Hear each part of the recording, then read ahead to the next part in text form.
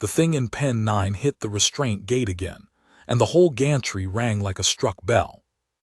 Drod Vesic felt it come up through the deck plating, into the soles of his feet, into the roots of his back teeth. He had been a handler at the V-Horan reception yards for 9 cycles. He had felt war beasts throw themselves at hardened alloy before. This was not that. This was a sound with intention behind it, a sound that was aiming at something, and the something was the row of Draken handlers standing well back from the gate with shock goads held low and useless in their claws. "Again," said the beast mistress Sorrel, and her voice cracked on the word. "It's going to break the lower hinge." "It is not going to break the lower hinge," Vesic said, and did not believe himself. Behind the reinforced viewing slit, something the size of a cargo hauler shifted its weight. Slate hide slid over slabs of muscle. 6 limbs, 4 for walking and 2 shorter forelimbs that could fold in like a mantis or open like a pair of doors, gathered under a body that had no business moving as quietly as it did. The bone crest along its skull scraped the ceiling of the pen. Its eyes, when they found the viewing slit, were the deep amber of a banked forge, and they did not blink, and they did not leave him. The manifest called it Specimen 9. The handlers called it the Ruin, because that was what it had made of the last 3 teams that tried to collar it. It had killed no one. That was the part that curdled Vesic's stomach when he let himself think about it too long. A war beast that killed you was a war beast you understood. This one had broken Handler Torv's arm in 2 places and then set him down on the far side of the pen out of the way you might move a tool you were done with. It had thrown Sorrel's whole restraint team through the pressure door and then stood there watching them scramble out, not pursuing, only watching, as if it were confirming that they understood the lesson. It hunted nothing in that pen. It ate nothing they lowered to it. It only waited, and it only watched, and every cycle it grew leaner and its calls dropped lower into a register that a Draken felt before he heard. "Where is the overseer?" Sorrel said. "Coming," Vesic said. The Ruin hit the gate a 3rd time. This time the impact came with a sound layered under it, a long descending groan that filled the whole handling bay, that ran down the corridors of the yards and made the other pens go silent. Every captured predator on the station, the fanghounds from Deleth, the coil cats, the armored grazer killers that the Draken sold to Arena Worlds, all of them stopped their noise at once, the way a room of soldiers stops talking when a superior enters. Vesic had heard that sound 4 times now. Each time, every animal in the yards fell silent for it. He had stopped telling anyone that it made the hair stand up along the ridge of his spine. The pressure door behind them cycled, and Overseer Vihal Kesh came onto the gantry with 2 of his personal enforcers, and the air of a Draken, who had solved harder problems than this before breakfast. Kesh was old for a handler, which meant he had survived being wrong many times. His scales had gone the gray of ship armor along his jaw and throat, and he wore the collar of office with its 9 hooks, one for every yard he had brought to heel in his career. He looked at the Ruin through the slit the way a butcher looks at a carcass that is taking too long to bleed. "Report," he said. "It won't take feed," Sorrel said. "4th cycle now. It won't take water we lower to it. It broke the auto dispenser. It won't respond to the goads. It doesn't flinch, Overseer. It walks into the charge. We put 300 volts across the floor grid, and it lay down in the middle of it and watched us." "The buyer arrives in 6 cycles," Kesh said, as if she had not spoken.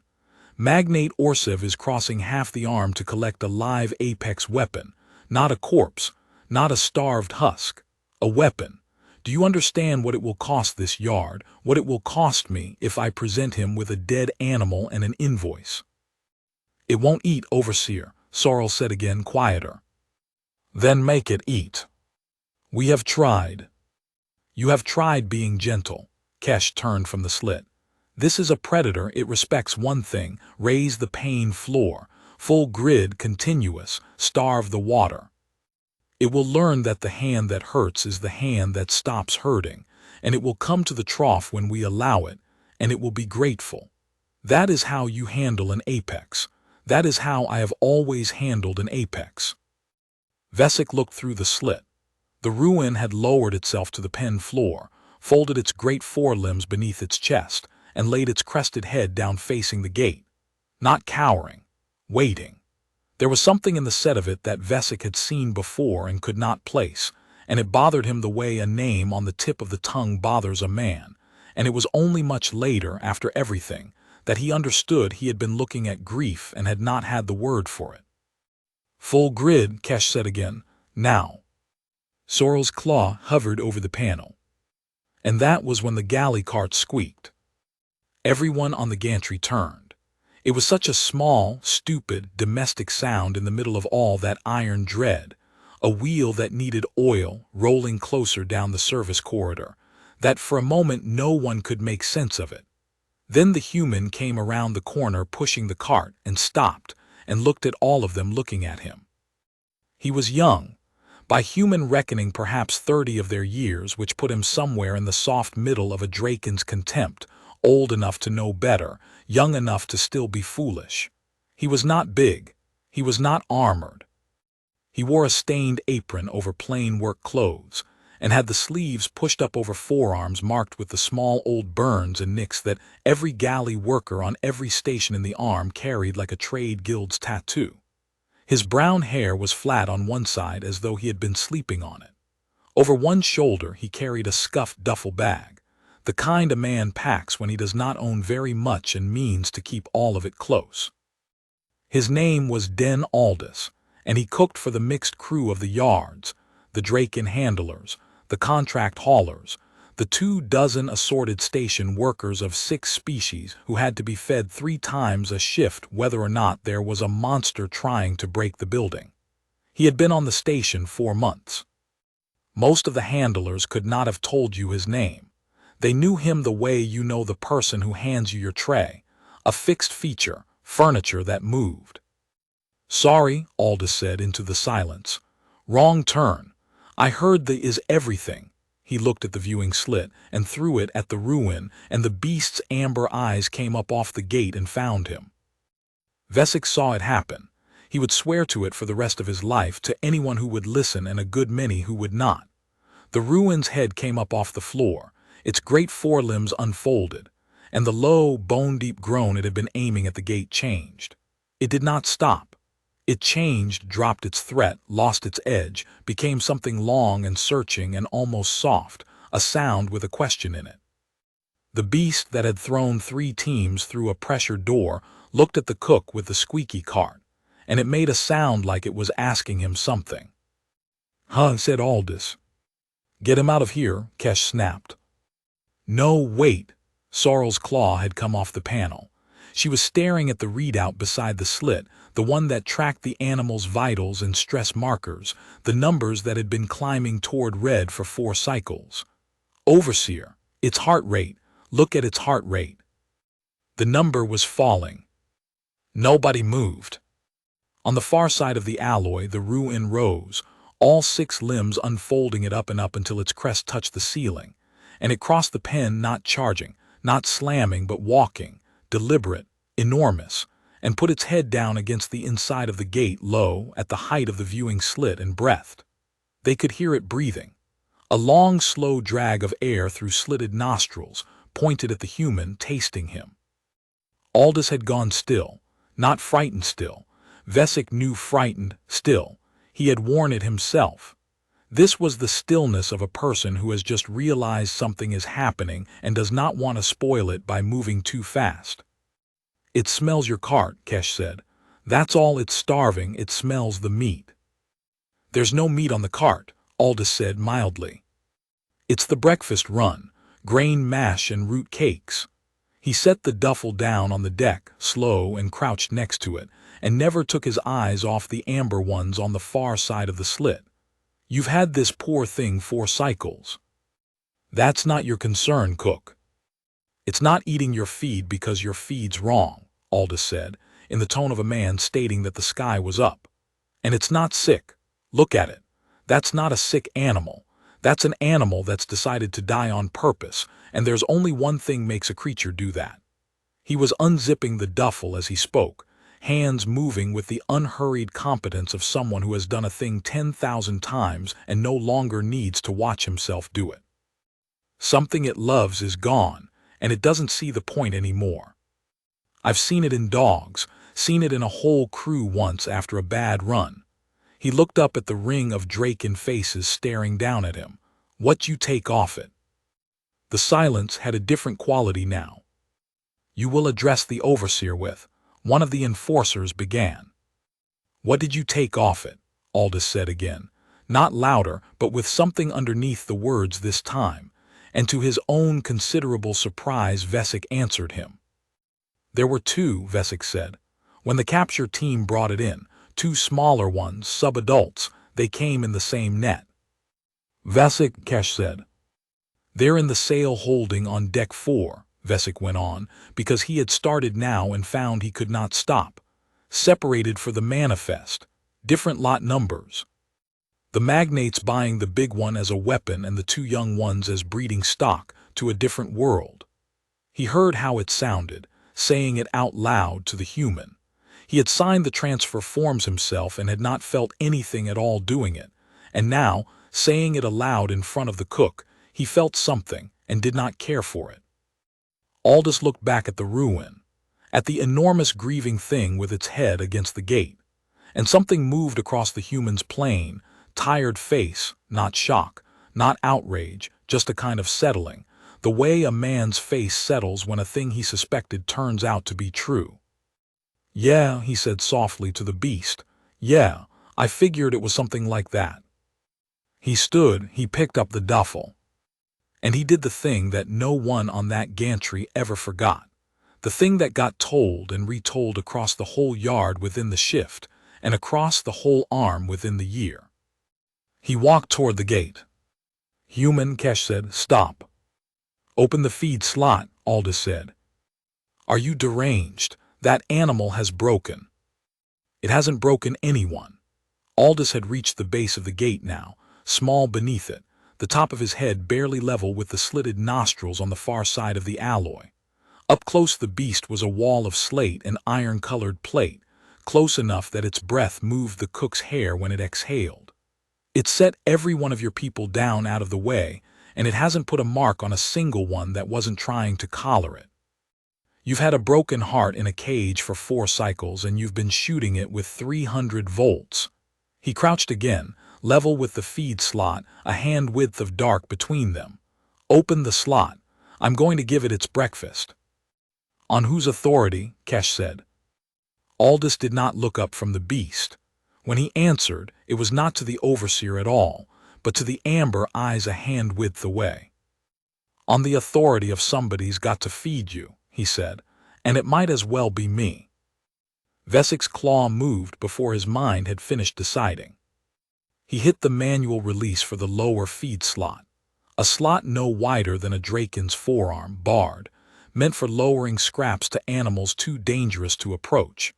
And the little hatch clanked open at the base of the gate, and Overseer Vihal Kesh made a sound of pure fury, and none of it mattered, because on the far side of the alloy the ruin had lain down. Folded its whole vast body onto the pen floor, gently, so that its head came level with the open slot, and its amber eye filled the gap, and it waited. Aldous opened the duffel the rest of the way.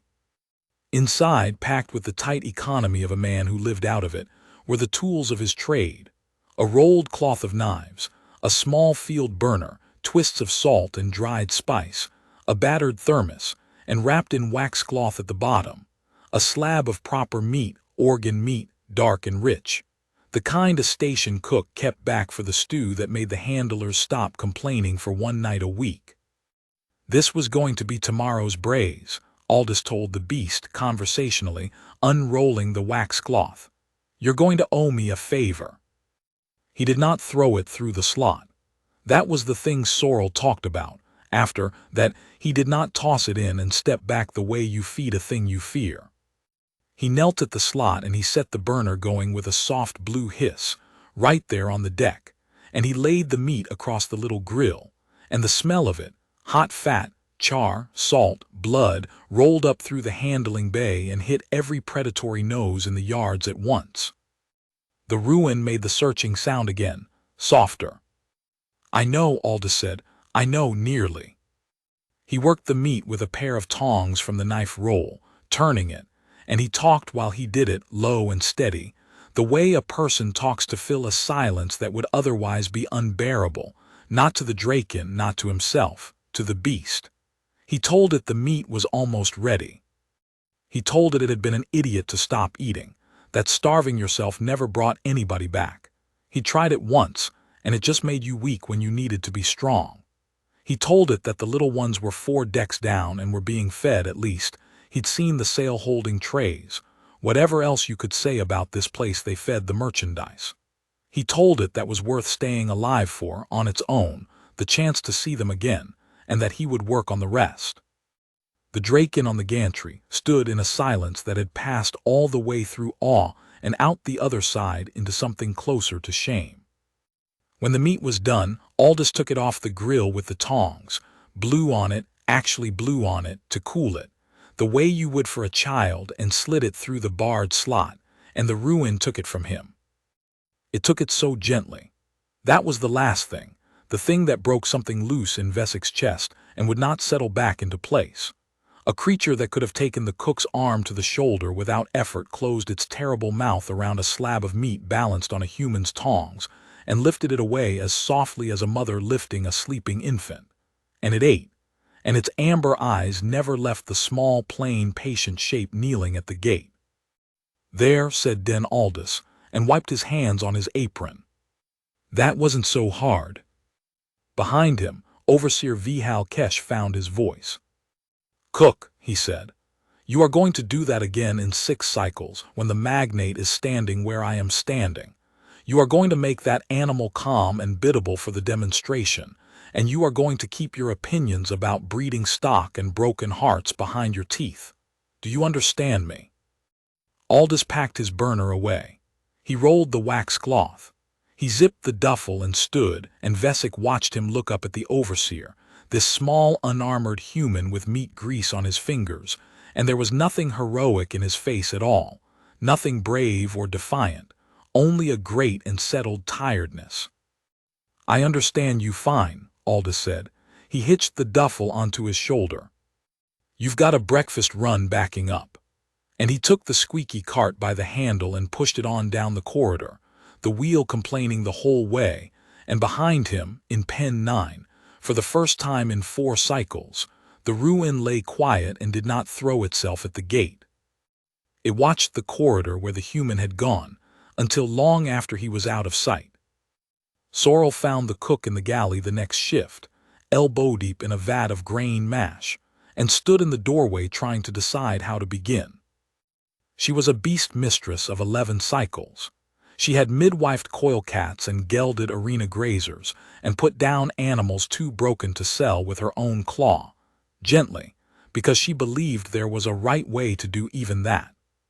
She had thought she understood the creatures in her care the way a Draken understood anything, as a hierarchy, a matter of who submitted to whom.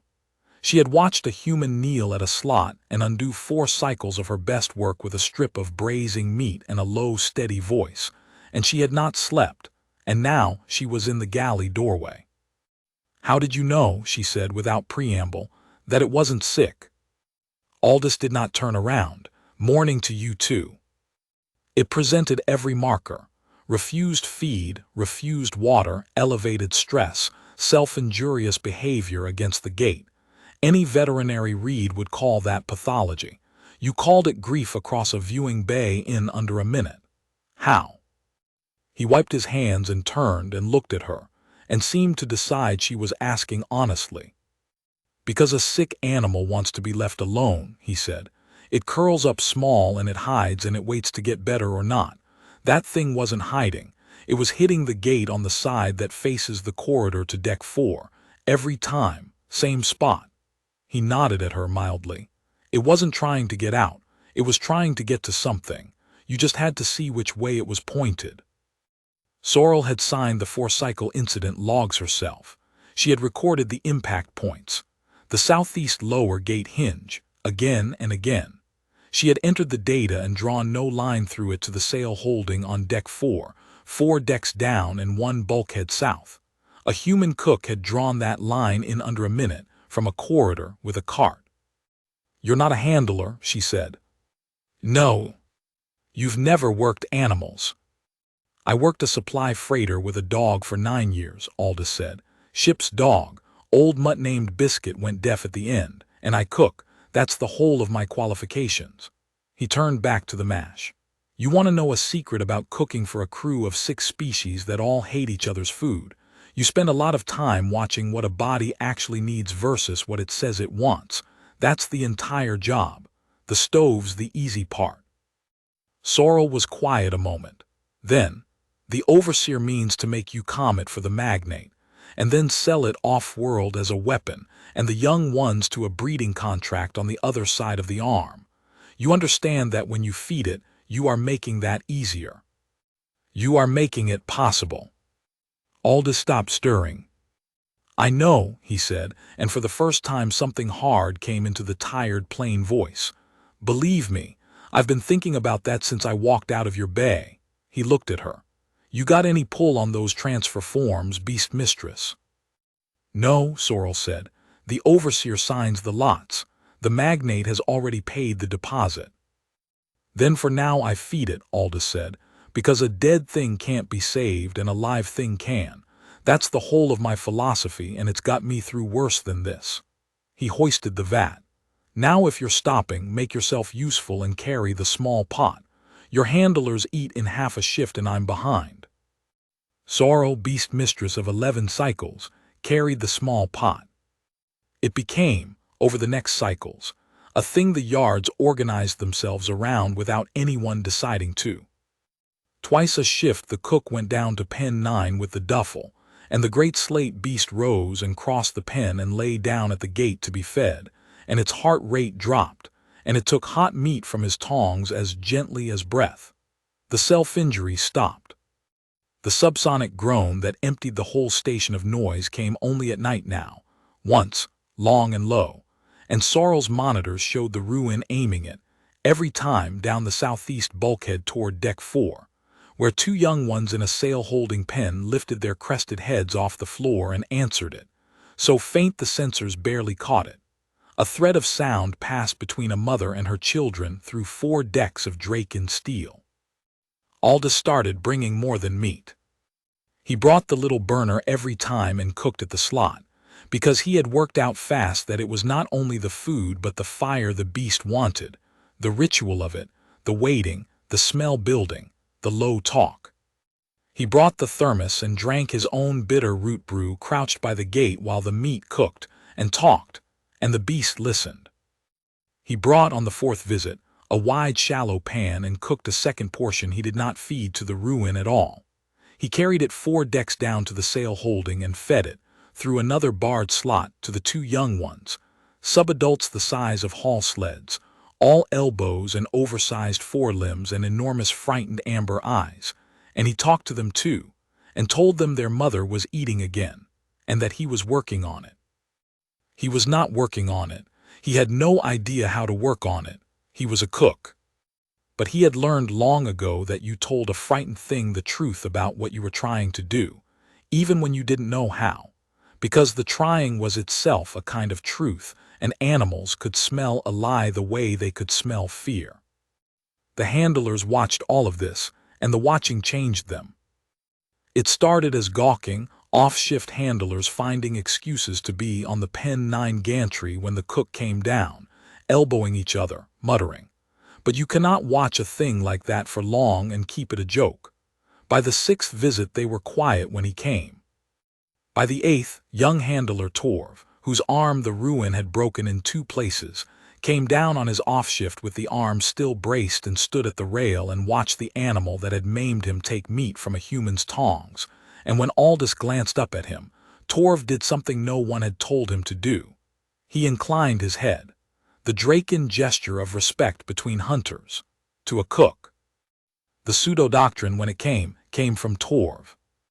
He was trying to explain it to a hauler in the mess, why the whole yard had gone strange about the human with the duffel, and he did not have the words, so he reached for the oldest frame a Draken had, the martial one, the only vocabulary his people kept for things that mattered. "It's a bond of provision," he said. "You feed a thing with your own hand at your own fire when it could kill you, and that's not handling. Handling is the goad. This is older than the goad." He turned his cup. "My grandsire's grandsire would have called it the fire-given right, the right you earn by keeping another creature alive across your own flame." And that was the phrase that stuck, the fire-given right. By the end of the cycle, the whole yard was using it, gravely, without irony, the way the Draken used all their doctrine, a martial people who had no softer word for tenderness, and so had to promote it to the rank of ancient law before they could let themselves feel it. Handlers who had spent their whole careers with the shock goad now spoke of the fire-given right in low, serious voices, as though it were a rediscovered scripture. And in a way it was, and the strangest part was that they were not wrong.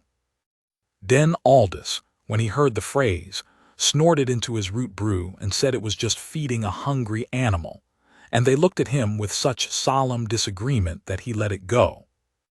There was one cycle before the magnate came, when Kesh tried to take it back. Vesic saw the whole of it, because he had been assigned to the corridor that shift. The overseer had found out about the late round, about the cook feeding the merchandise, all of it, the fang hounds and the coil cats and the old arena beast, months of it, off the manifest, off the books, warm scraps through the slots to animals the yard was in the business of starving lean for sale. Kesh had found out, and Kesh had understood at once what it meant, better than the cook did, because Kesh had spent 40 cycles reading Dominance and knew exactly what it was to hold the whole affection of a station in one pair of unarmored hands.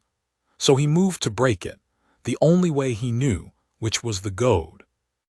He posted enforcers on the pen rows and forbade the cook the late round. He had the galley's scrap bins locked. He announced, on the yard channel, that the merchandise would be fed the regulation slurry from the dispensers on the regulation schedule and nothing else, by order of the overseer, and that any handler caught carrying warm food to a sale animal would lose a cycle's wage. He did it to remind the whole yard whose collar had the hooks, and for one shift it held. For one shift, then the animals began to call. It started in the coilcat pen and spread down the rows, pen to pen, a rising complaint of 40 predators who had learned that warm came at a certain hour and had just had the hour taken from them, and it built through the shift into a din that no dispenser slurry would settle, a wall of noise that no handler could work through, that came up through the deck plating into the roots of every Draken's teeth. Kesh sent handling teams to quiet the rows. The teams went with goads because the goad was the tool, and the goad, against 40 animals already grieving the one warm thing in their lives, did exactly what the cook could have told them it would do, which was make it worse. By the middle of the shift the yards were a bedlam, and handler Torv of the crooked arm, who had inclined his head to a cook, walked off his post, and went to the galley and got a pot, and started down the rows with it on his own wage and his own conscience. And when Kesh's enforcer moved to stop him at the head of the corridor, Vesic, assigned to that corridor, stepped between them and did not move. "That's a cycle's wage, Vesic," the enforcer said. "Then it's a cycle's wage," Vesic said, and did not move. The noise stopped as the warm went down the rows. Of course it did. And Overseer Vihal Kesh stood on the pen 9 gantry and watched his whole yard, his handlers and his hierarchy and his 40 hooks of hard-won authority, quietly declined to starve the animals for him. And he understood. This was the cycle he first understood it. Vesic was sure of that, watching his face, that the collar on his throat no longer commanded the thing it had always commanded, that a cook with a ladle had reached down into the deepest law of the place, the law of who comes with food, and rewritten it while Kesh was looking the other way at a manifest. He rescinded the order that same shift. He called it a matter of animal welfare ahead of the sale. No one believed him, and no one needed to, and that was the true loss. Not that he was disobeyed, but that his disobeying no longer even had to be hidden. Overseer Vihal Kesh let the rest of it happen after that, and hated every moment. He was not a stupid Draken. Stupid Draken did not collect 9 hooks on the collar of office. He could see plainly that the human had solved, in a single meal, a problem that had cost him 3 handling teams and 4 cycles and a maimed subordinate, and that the solution had cost the human nothing but a slab of braise. He should have been grateful. The demonstration was saved. The magnate would have his live weapon. The deposit would clear into a fat commission. Everything Kesh wanted was now possible because of the cook. And Kesh could not stand it because he understood, with the animal clarity of a creature who had spent his life reading dominance, that the yards no longer belonged to him. Oh, they belonged to him on the manifest. He signed the lots. He held the collar. But he stood on the pen 9 gantry now and watched his own handlers incline their heads to a human with meat grease on his fingers, watched them speak in hushed voices of a fire-given right that no overseer had granted and no overseer could revoke, and he felt the thing he had spent 40 cycles making sure no one ever did to him. He felt small. He is a contract cook, Kesh told his enforcers in his office with the door sealed. He empties into a bag when he leaves. When the magnate has taken delivery and the yard is quiet again, his contract will not be renewed, and he will empty into his bag, and this, reverence, will go with him. He believed it when he said it. That was the last cycle he was able to believe anything he said. Because on the 5th cycle, the day before the magnate arrived, the cook went to the overseer's office and asked to buy the 2 young ones off the manifest. Vesic was there. He had been summoned to bring the transfer records and had not yet been dismissed, and so he saw the whole thing and told it after, many times. Aldous came in still wearing the apron. He set no weapon on the desk, made no threat, offered no clever leverage. He simply named a number, his savings, 4 months of station wages, and Vesic would later learn, 9 years of freighter pay before that, the whole of what a man who lived out of a duffel had managed to put by, and he asked to buy Lot 16 and Lot 17, the 2 sub-adults, and take them off-world himself, back to a wild range he knew of, no weapon, no breeding contract, gone. It was not enough money. Everyone in the room knew it was not nearly enough money. The breeding contract alone was worth 40 times the cook's whole life savings.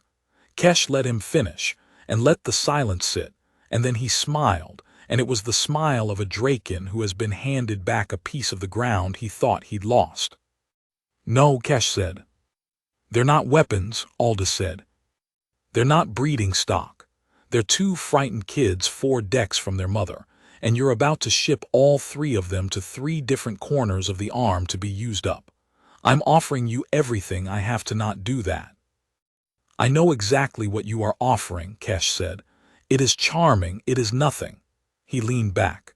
You have made yourself very useful to this yard, cook, and I will tell you how you may be useful once more. Tomorrow the magnate arrives. You will bring your bag and your fire, and you will make specimen 9 calm and magnificent and biddable.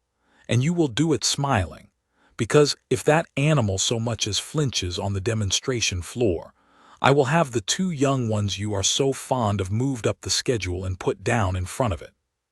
Do you understand the shape of the thing now? He spread his claws. You have given me the perfect lever. You taught the beast to love you. So now the beast will do anything I want, because you will do anything I want, because I hold the 2 things you both love in a pen on deck 4. That is handling, cook. That is what it actually is. Everything else is just deciding who holds the young. Vesic watched the human take this in. He waited for Aldous to break or shout or beg. He did none of it. The plain, tired face went very still, not the frightened stillness, the other one, the one from the gantry, the stillness of a person watching a suspicion become a fact.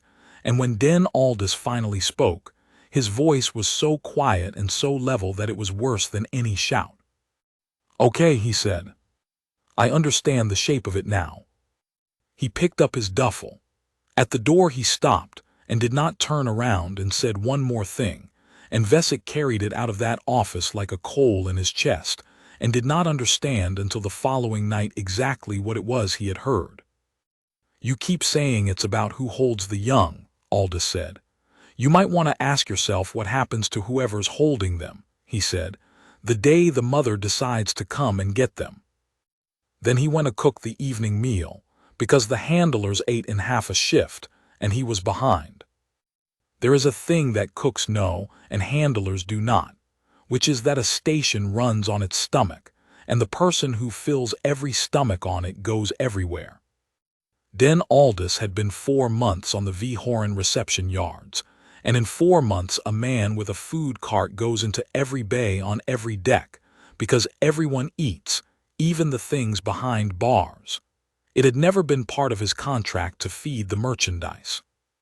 He had started doing it in his first week without telling anyone, because he could not stand to push a warm cart past a hungry animal, and because the auto dispensers served the captured predators a gray nutrient slurry that Aldous, who had opinions about food, considered an insult he was not willing to be complicit in. So for 4 months, on the late run when the handlers were off shift, the cook had gone pen to pen down the long cold rows of the yards and slid a little something warm through the slots. Not much. A cook's scraps, the trimmings, the bones with meat still on them, a ladle of proper stock for the sick ones. He had done it for the fanghounds from Deleth, 6 of them, pack animals gone half-mad with the loneliness of being caged apart. He had done it for the coil cats, who hated everything and had, over 4 months, come to press their flanks to the bars when his cart squeaked near. He had done it for the armored grazer killers and the pit lizards, and the one old scarred arena beast in the last pen that no one had bought in 2 years, because it was too battered to fight and too dangerous to keep. And that pressed its ruined face to the slot every night for the cook's stock and made a sound when he came, that Sorrel would not have believed if she had not one night hidden in the gantry shadows and heard it herself. A low broken purr, from an animal that had killed 40 of its own kind in the pits, for a man with a ladle. The handlers did not know, Kesh did not know, it was the sort of thing you did not put on a manifest. But every predator in the V. Horan reception yards knew the squeak of that cart, and knew the smell that came with it, and knew, in the deep pre-verbal certainty of animals, one single fact about the small, unarmored creature that pushed it, that in a place built entirely of hunger and fear and the goad, he was the one who came with food and never with pain. They did not think of him as prey. They did not think of him as master. They thought of him, insofar as they thought at all, as the one who feeds. And in the grammar of every pack that has ever run under every sky, that is not a small thing. That is the center of the whole world. Aldous did not know this either, not in words. But on the night before the magnate came, he did his late run as always, and at every pen the animals rose and came to the bars, and he fed them, and he stayed longer than usual at each slot and talked to each of them low and steady, and if a Draken had been watching, they might have thought he was saying goodbye. He was not saying goodbye. He was, though he could not have told you so, taking account. The magnate arrived on the 6th cycle in a private cutter with its own honor guard, and the whole yard was scrubbed and lit for him, and Vesic, who drew the duty of standing at the demonstration floor in his cleanest uniform, got his first look at the being who had crossed half the arm to buy a live apex weapon, and disliked him instantly and completely. Magnate Orsev was of a species Vesic did not know, taller than a Draken and thin, with gray skin drawn tight over a frame that seemed built entirely of angles, and a long face without much in it, and eyes that were flat and dark and moved slowly, the way a cold thing moves. He wore robes of a fabric that shifted color as he walked and cost, Vesic guessed, more than the yard cleared in a cycle. He had 4 guards of his own species, armored, silent, and one small hovering drone that recorded everything. He did not greet Overseer Kesh so much as accept his existence. "The specimen," Orsev said. His voice was dry and unhurried. I was told it was uncontainable, 3 teams. I confess it was the incident report that decided me. I have weapons that obey. I wish to purchase one that does not, a thing that will terrify a colony merely by existing, that no enemy can bribe or turn because it answers to nothing. The flat eyes moved over the demonstration floor, the reinforced pen at the center, the tiered gantry, the assembled handlers. And now I am told you have made it biddable. I hope you have not ruined it, Overseer. I did not pay for a pet. You will find it exactly as terrible as promised, Kesh said, and under perfect control. Both. That is the art of this yard. He gestured, and 2 handlers rolled the ruin's transfer cage onto the demonstration floor, and Vesic heard the crowd of buyers' aides and yard staff draw breath as one. The ruin filled the cage.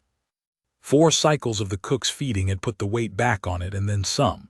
It was vast now, a slate mountain of plate and muscle, its crest scraping the cage roof, its amber eyes moving over the assembly slow and terrible. When it shifted its weight, the whole floor felt it. Orsev's flat eyes came alive for the first time, with something that was not warmth. Yes, the magnate breathed. Yes, that is what I came for. Bring the handler, Kesh said. And then Aldous came onto the demonstration floor with his duffel over his shoulder and his apron on, because he had not been given time to change and would not have bothered if he had, and the whole assembly stared, because they had heard the story and here was the small plain human at the center of it, and he did not look like the center of anything. He looked like a man who had been pulled off a lunch service, which he had. This, said Orsev with the first flicker of contempt, is the handler. This is the cook, Kesh said, and the way he said it made the distinction a leash. Watch. Aldous crossed to the cage. He did not look at Kesh or the magnate or the guns of the honor guard. He set the duffel down and knelt, and got the little burner hissing, and laid the meat across it, and the smell rolled up through the demonstration hall, and the ruin turned its great head and found him and made the low searching sound, soft, the question sound, and lay down in the cage so its eye came level with his, and the whole assembled crowd of buyers and aides and handlers watched a monster that could have flattened the cage fold itself down small to be near a man with a pan. Extraordinary, Orsev said softly. How is it done? Some chemical in the meat, a conditioning tone.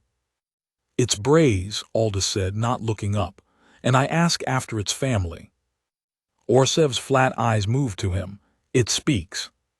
When it's got something to say, Aldous turned the meat. You buying this animal, then? I am purchasing it, yes. As a weapon to scare colonies. As a deterrent, Orsev said, with the patience of the very rich for the very simple. You would not understand the strategic economy of it, Cook. A single specimen of sufficient terror positioned correctly prevents more bloodshed than a fleet. I am, in my way, a man of peace. Sure, Aldous said. He slid the meat through the bars and the ruin took it, gentle as ever, its eyes never leaving him.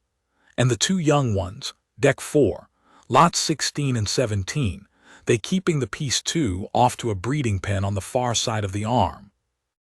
A small quiet fell. Kesh's crest rose, but Orsev only tilted his long gray head, mildly interested. You are attached to the merchandise, the magnate observed. That is a flaw in a handler. It will pass or you will be replaced. He turned to Kesh. I am satisfied. I will take delivery of all 3 lots at once, the specimen and the 2 young loaded together for transit. They travel more quietly in proximity, I am told, and I have a long crossing. Have them brought to my cutter's hold within the shift. The cook may perform the loading since the animal minds him. The flat eyes returned to Aldous, and something almost like amusement moved in them. Consider it your last service to them. You may say your farewells across the fire. I am not without sentiment. He turned to go, robes shifting through their colors, and that would have been the end of it, the deal closed. The 3 of them loaded together into the dark for the long crossing to be used and used up, except that as the magnate turned, the recording drone drifted low over the cage for a final close pass at the specimen, and the ruin, tracking the small, unfamiliar buzzing thing near its face, came up off the floor of the cage fast, and one of Orsev's guards, trained to protect the magnate, put a shock lance through the bars and drove 300 volts into the beast's flank to make it settle. The ruin screamed. It was not the subsonic groan. It was a real scream, high and terrible and full of a pain that 4 cycles of the goad had taught it to expect from this place, and it threw itself against the bars, and the whole cage jumped on its maglocks, and the assembly scattered back, and half the honor guard raised their weapons, and Overseer Kesh shouted for order, and into all of it, into the noise and the sparks and the reek of scorched hide, one voice cut, low and level and absolutely certain, and it was the cook's. Easy, Den Aldous said. He had not moved back. He had moved forward to the bars, into the space everyone else was fleeing, one hand flat against the alloy where the beast was screaming. Easy, easy, I've got you, look at me, not them, easy. And the ruin looked at him. And the scream cut off.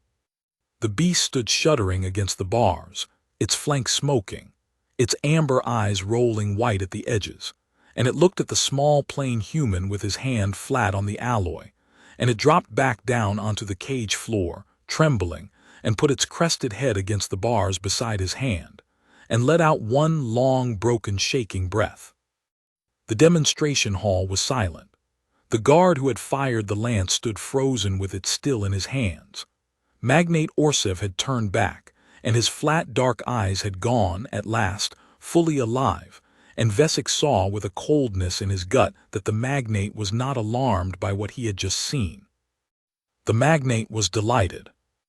"Oh," Orsev said very softly. "Oh, I have been undercharged." He looked at the cook with his hand on the trembling beast, and at the beast gone quiet under that hand, and Vesik watched the arithmetic move behind the flat eyes, watched the magnate arrive at exactly the wrong conclusion in exactly the right way. "It is not the animal that is the weapon," Orsev said.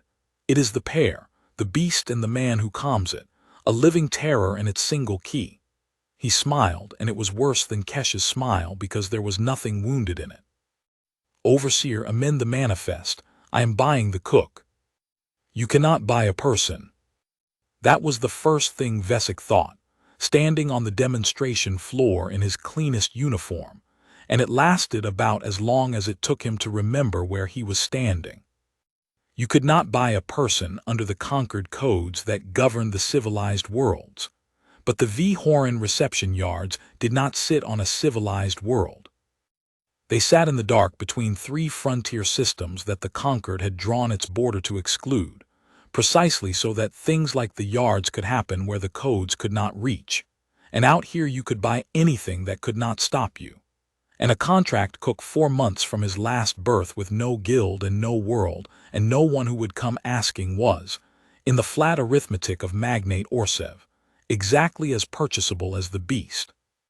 "His contract is with this yard," Kesh said, and Vesik heard the thing that had come into the overseer's voice, and understood with a nasty lurch that Kesh was not objecting. Kesh was negotiating. A contract of that specificity, a proven handler key for an uncontainable asset, that is not a line cook's wage. That is a considerable instrument. "Name the figure," Orsev said.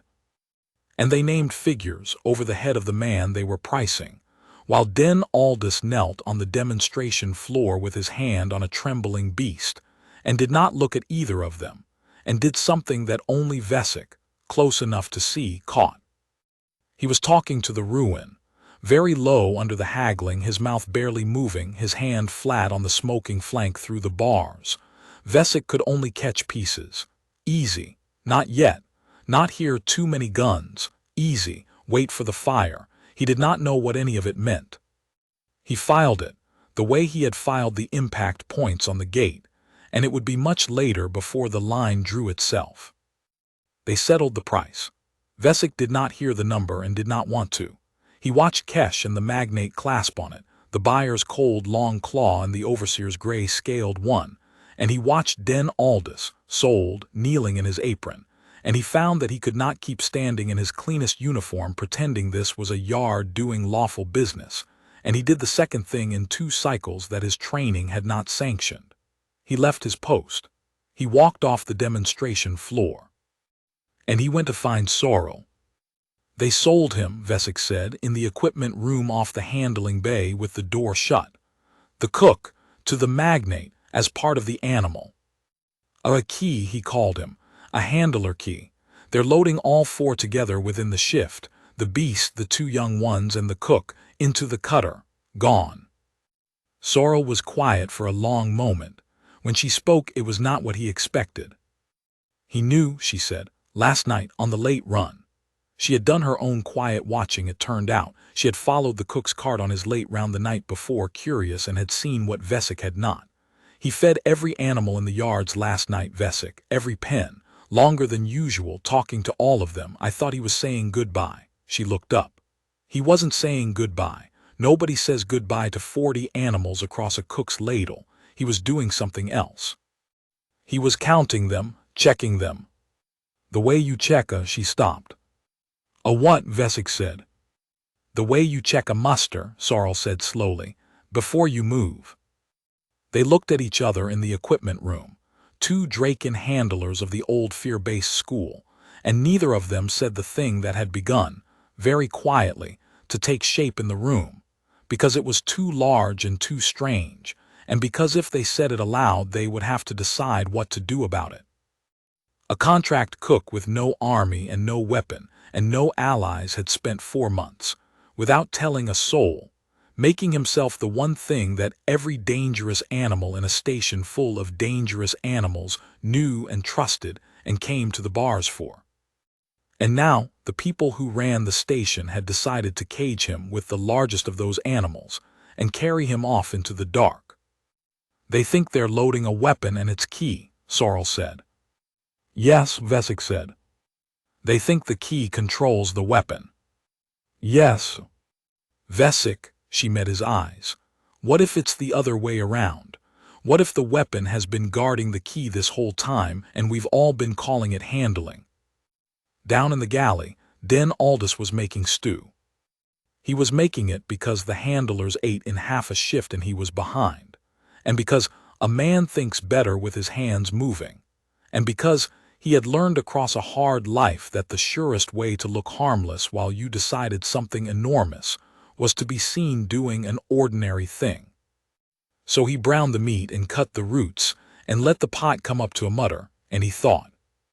He was not a fool. He knew what had happened on the demonstration floor. He knew he had been bought, that he would be loaded within the shift into a rich cold creature's hold and carried off to spend the rest of his life as a living leash for a living terror, made to calm the beast each time its keepers wanted to point it at some frightened colony, and that if he refused they would go on holding the two young ones as the thing that made him not refuse. He knew all of it. He stirred the pot. And he knew one more thing, which was the thing he had known since the first morning at the viewing slit, the thing that had settled onto his tired face and never fully left it, that the great slate beast in Pen 9 was not, and had never been, uncontainable. It had chosen to be contained. It had lain down under 300 volts and let them think they held it, because they held the two young ones, and it had understood, in whatever way a mother of its kind understood, that any door it broke would be answered by harm to its children 4 decks down. It had made itself a prisoner to keep them safe. It had been waiting, exactly as Aldous had been waiting, for the one arrangement of the pieces in which all 3 of them could be in the same place at the same time, and the cage doors open, and nothing left to hold hostage. The magnate in his cold cleverness had just arranged that. Load all 3 lots together, he had said. They travel more quietly in proximity. The cook may perform the loading since the animal minds him. Aldous tasted the stew and added salt, and did not smile, because a man who is about to do a terrible and necessary thing does not smile.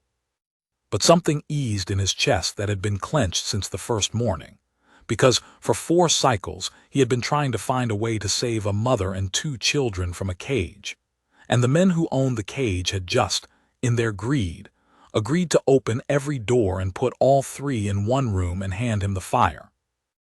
There was only one thing left that he needed, and it was not a weapon because he did not intend to fight anyone. A cook does not fight, a cook feeds, and a cook knows better than any handler that you never, ever get between any creature and its young and call the result a fight. It is not a fight. It is a fact of nature like the tide. The thing he needed was for the two young ones to trust him enough to be still and quiet and go where he pointed when the noise started, so that the only creatures loose in that hold when the doors opened would be the ones who loved him and the ones who had earned what was coming. So after the stew was down and the handlers were fed, Den Aldous took his duffel and his little burner and went down to deck 4, to the sail holding, for the last time, to feed two frightened children and teach them one small thing. He knelt at their slot and cooked, and they came to the bars, all elbows and enormous eyes, and he fed them warm meat off the tongs the way he had fed their mother, and he talked to them low and steady while they ate. And when they were fed and calm and pressed to the bars near him, he did the thing he had come to do. He tapped the deck twice with his knuckle, tock, tock, and held out a scrap and did not give it until they had come to the sound. And again, tock, tock, come to the sound, here is warm, tock, tock. 20 times 30, patient as only a man who has spent 9 years teaching a deaf old dog to watch his hand can be patient, until the two young monsters had learned, in the deep fast way the young learn what will feed them, that the small double knock meant come here. Come to me, here is safe, here is warm.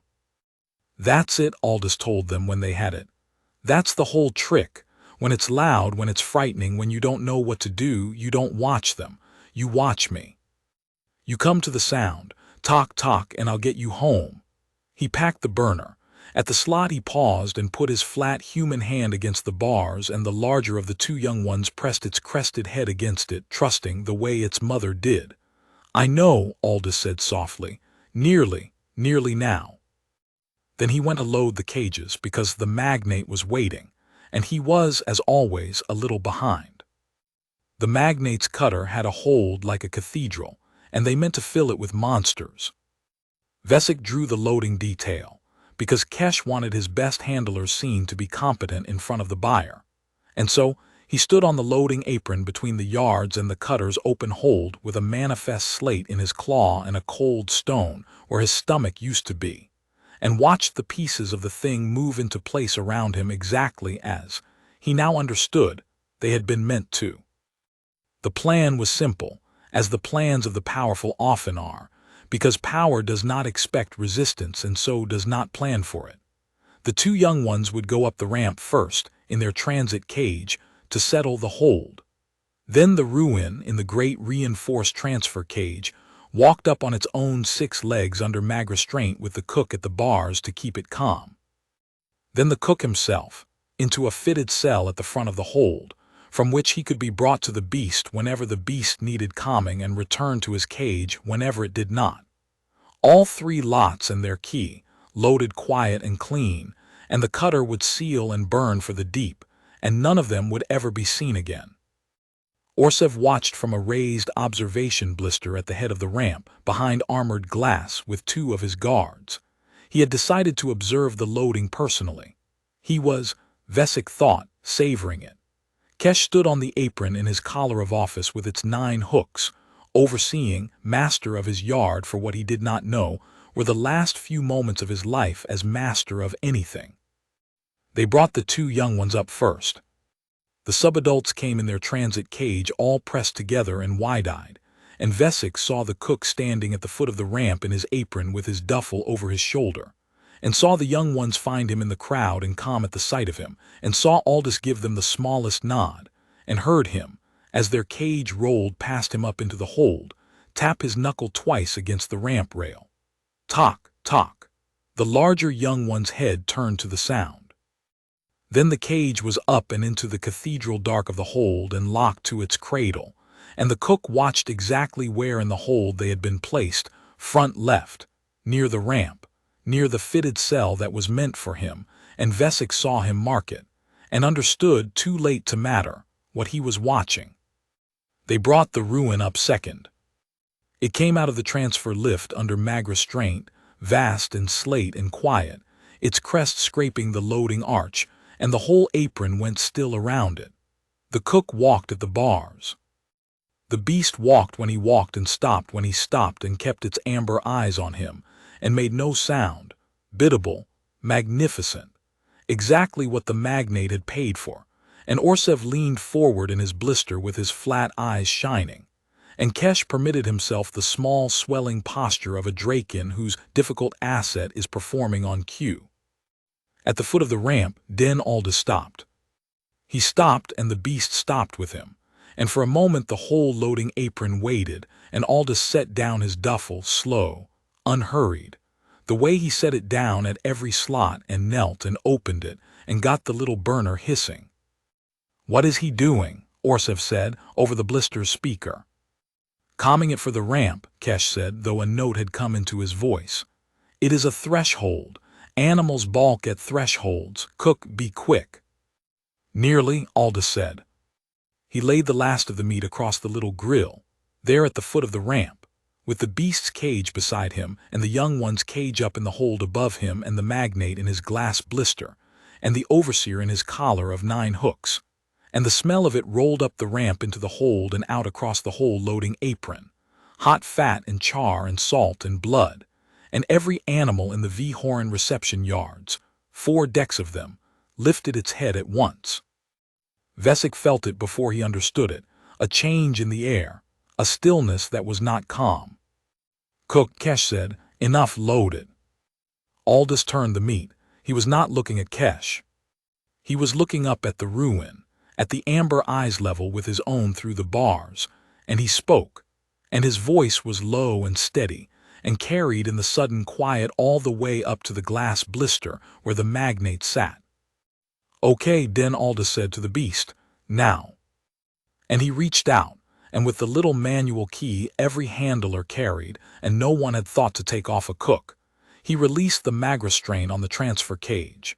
The field that held the great doors shut and stepped back, and the doors of the ruins cage swung open at the foot of the magnate's ramp. For one heartbeat nothing happened. Then the beast came out. It did not charge the cook.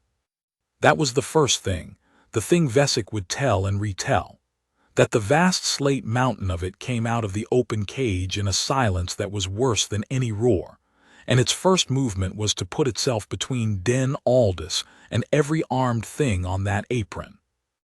It came out and it turned, 6 limbs and a bone crest and eyes like banked forges, and it set its body across the space in front of the small kneeling human like a wall being built.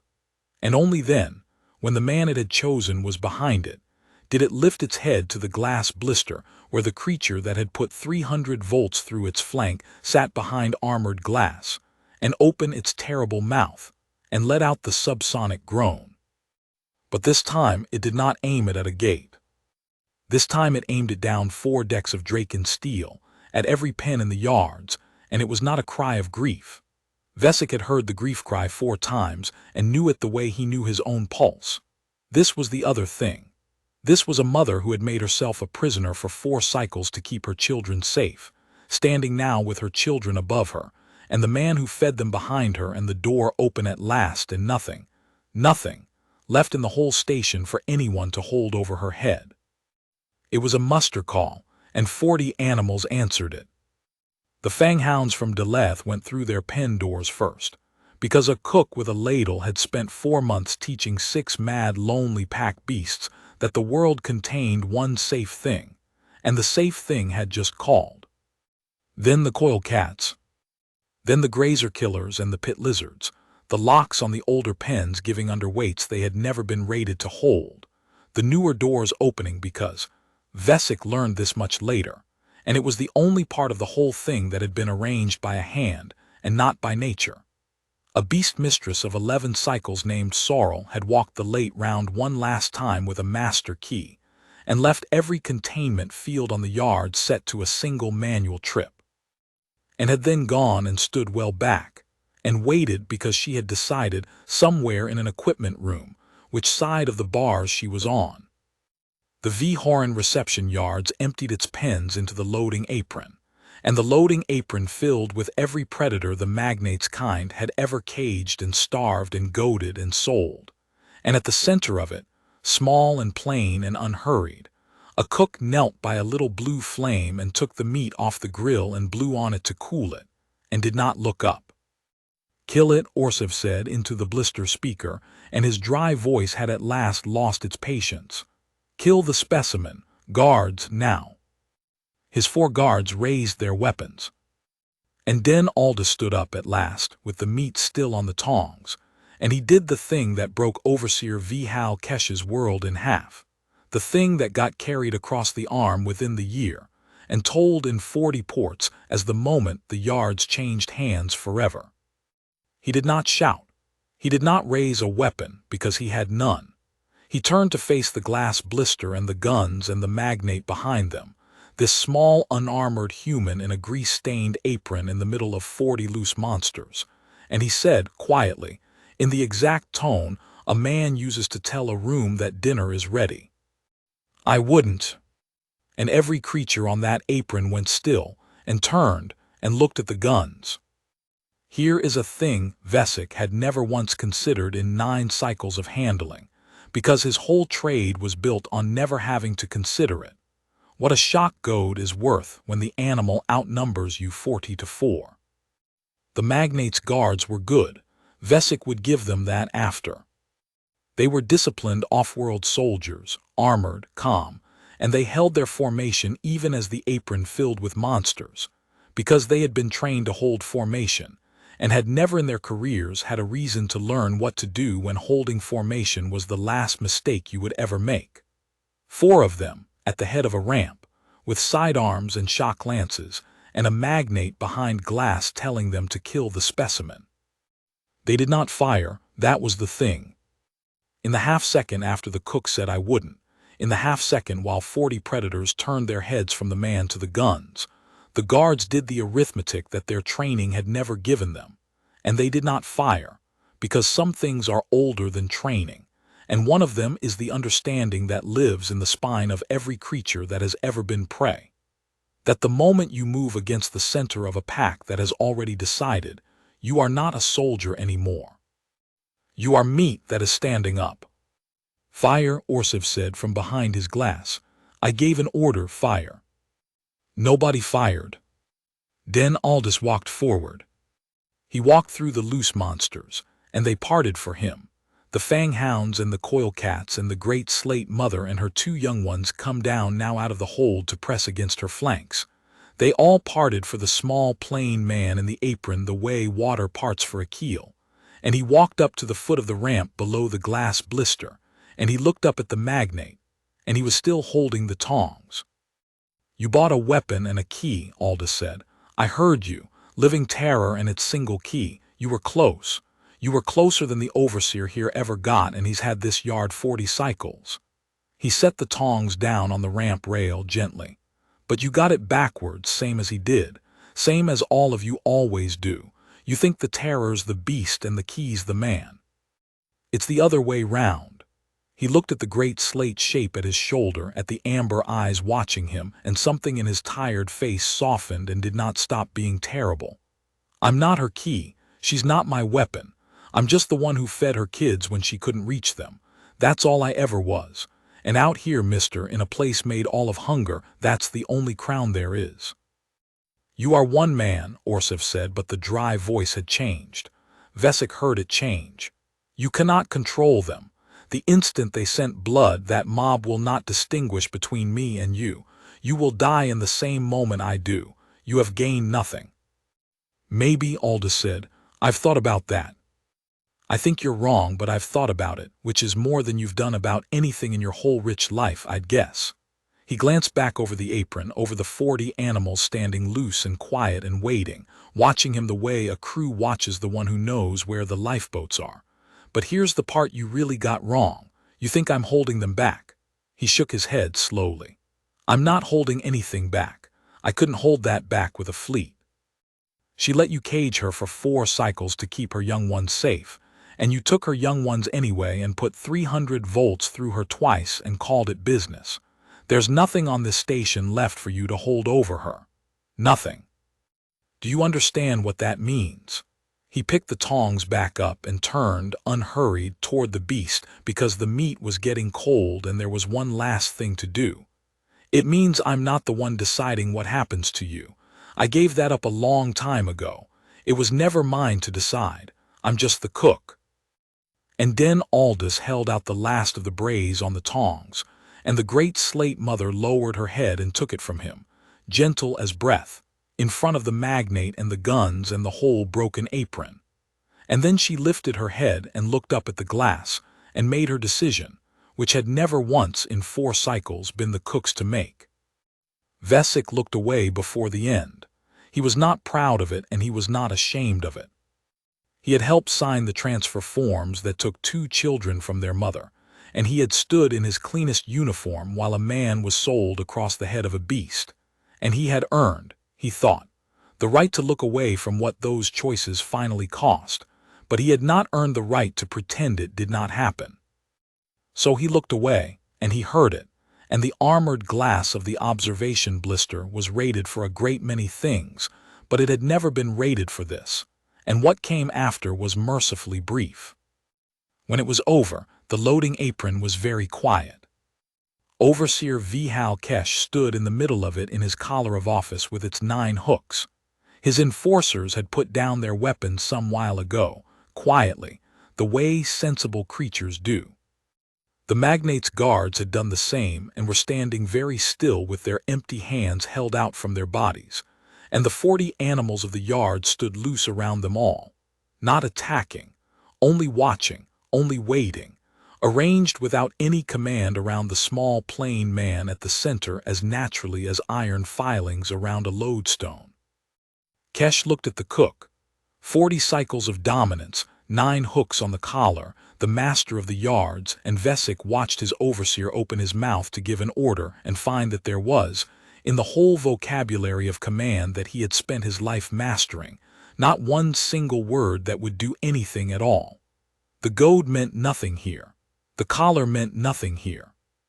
The hierarchy he had built his soul out of had been quietly replaced, over 4 months, by a different one, built out of who came with food and never with pain. And in the new hierarchy, Overseer V. Hal Kesh was nothing, was furniture, was the person who used to hand out the trays. You, Kesh said, and his voice was not steady, will call them off. You will restore order to this yard. You are a contract employee of this station and I am ordering you. No, Den Aldous said. He said it the way he had said it in the office, quiet and level and without any heat, and it landed on the apron like a dropped stone. You're not ordering me anything anymore, Aldous said. That's done. That's been done for a while, you just hadn't looked up from your manifest to notice. He crouched and began, unhurried, to pack the little burner away, to roll the wax cloth, to zip the duffel, the whole small domestic liturgy of a man finishing a job. Here's how it's going to go. These animals are going home, all of them. The ones with a wild range still to go back to, they go back. The ones too broke or too far bred from anything wild to survive out there, that old arena beast in the last pen, the coil cats, they get a pen with a door that opens from the inside and a warm meal twice a shift for the rest of their lives, and nobody ever points a goad at them again. And you're going to help. You and every handler in this yard. Because the alternative, he stood, and hitched the duffel onto his shoulder and looked around at the 40 patient watching shapes and back at the overseer. The alternative is you explain to them, personally, why not. Kesh looked at the animals looked at Kesh. That is my yard, Kesh said. It came out very small. It was never your yard, Aldous said almost gently. It was theirs. You just held the keys for a while. He turned to go and then stopped and looked back and gave the overseer one last thing because he was not a cruel man and even now would rather feed a creature than break it, even this one. You want to keep a collar with hooks on it, that's your business. But out here, the only thing that ever holds is the hand that feeds. You spent 40 cycles learning the wrong trade. He nodded once. I'd start over if I were you. It's not too late. It's the one thing I know for certain, while a thing's still breathing, it's never too late to start feeding it right. and he walked off the apron through a sea of monsters that parted for him and closed behind him, and the great slate mother and her 2 young ones walked at his shoulder, and Overseer Vihal Kesh stood alone in the middle of the yard that had never been his, holding a collar with 9 hooks that did not mean anything, and that was the last time anyone on the V-Horan reception yards ever called him Overseer. The magnate's cutter still sat clamped to the loading apron with its cathedral hold open and its crew aboard, and for about a shift nobody knew what to do about it. The crew were not soldiers. That mattered. They were pilots and cargo masters and a medical officer and a purser, 40-odd of the magnate's own species, contracted labor, who had signed on to fly a rich creature's ship, and had not signed on for whatever had happened on the apron below the observation blister. When the hold's internal feeds cut out and the guard stopped answering, and a small human in an apron walked up the ramp into the cathedral dark with a slate mountain of a beast at his shoulder, the cutter's crew did the sensible thing, which was to seal the flight deck and wait to find out whether they were about to die. They were not about to die. That surprised them more than anything. Den Aldous came onto the sealed flight deck alone. He made the beast wait at the blast door, and it waited, which the crew watched on the internal feed with their mouths open. And he stood in the middle of the flight deck in his grease-stained apron and looked around at 40 frightened contract workers and said, "Anybody hungry?" That was the whole of his diplomacy. Vesic heard the story later from the cutter's purser, a thin gray being named Alan who told it in the mess with the dazed air of someone describing a religious experience. The human had asked if anyone was hungry, and then he had found the cutter's galley. A good galley, Alan said, better than the yards. The magnate had spared no expense on his own comfort, and he had cooked for the crew of the ship of the creature he had just watched die. And while the food came up, he had explained the situation to them plainly, the way he explained everything. And by the time the crew had eaten they had, more or less, changed employers. It was not complicated when Aldous laid it out. The magnate was dead. His contracts died with him. The crew were owed back wages by an estate that would take years of conquered arbitration to settle and would very likely stiff them anyway, because that was how the estates of dead frontier magnates went. Or they could stay and be paid. The cutter was full of the magnate's operating funds, and the magnate no longer had opinions about them, and fly one honest run. Take the animals home. That's the whole offer, Aldous said to the flight deck. One run. We fly these animals back where they came from, the ones that have a wear. Then you keep the ship, split the funds, and go be whatever you want to be. That isn't this. You've spent your careers hauling caged things to the people who cage them. I'm asking you to haul them the other way one time. See how it sits. He wiped his hands on the apron. The food's the same either way. Eat while it's hot. The cutter's crew took the run. Some of it was the funds, and some of it was the fear. Vesic was honest enough to know that. But Alan the purser, who had no reason to lie to a Draken handler over a bowl of stew, said it was mostly neither. You have to understand, Alan said. We flew for him for years. We saw what he bought and what he did with it. We told ourselves it was legal, and it was legal out here, and legal was the hole of the wall we hid behind. He turned his bowl. And then a cook fed us and asked us to fly the ship the right way one time and see how it sat. And the thing is, he looked up, nobody had ever asked us how it sat. In 20 years, nobody had ever once suggested it was allowed to sit anyway at all. That was the thing about Den Aldous that Vesic was only beginning to understand. He did not defeat people. He fed them, and then he asked them a question they had spent their whole lives being careful not to ask, and then he let the question do the work. Meanwhile, the yards had to be run, because 40 freed predators do not stop needing to eat merely because they have been freed.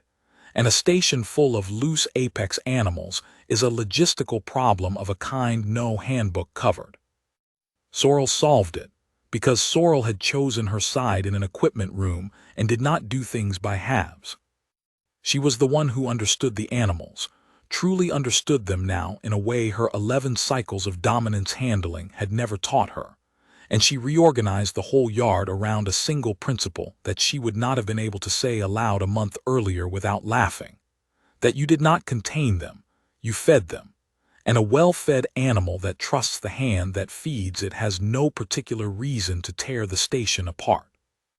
She threw open the pens whose animals could be trusted loose, and set the yard's rhythm to the cook's late round writ large, warm meals, twice a shift, and the goads locked in a storeroom that she welded shut herself personally with a cutting torch, while Vesic held the light. "You didn't have to weld it," Vesic said. "I know," Sorrel said, and kept welding. Vesic took the harder job, which was the manifest. Because here was the thing no one had wanted to say on the apron, in the first flush of it, with the monsters standing loose, and the overseer broken, and the cook walking away through the parting sea. The V. Horan reception yards were a licensed commercial concern, and licensed commercial concerns had partners, and buyers and suppliers, and an entire dark economy of caged things stretching across 3 frontier systems, and that economy had just had one of its wealthiest customers die on a loading apron along with his honor guard, and it was going to notice. It noticed within 4 cycles. The vessel that came out of the deep and clamped to the yard's far dock did not ask to negotiate.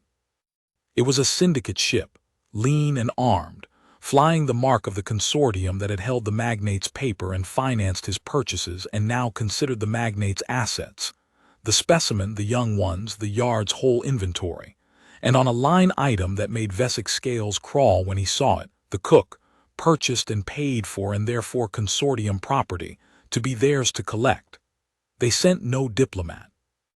They sent a boarding party of 30 in hard armor with cutting charges, and a commander whose opening transmission to the yards was 4 words long.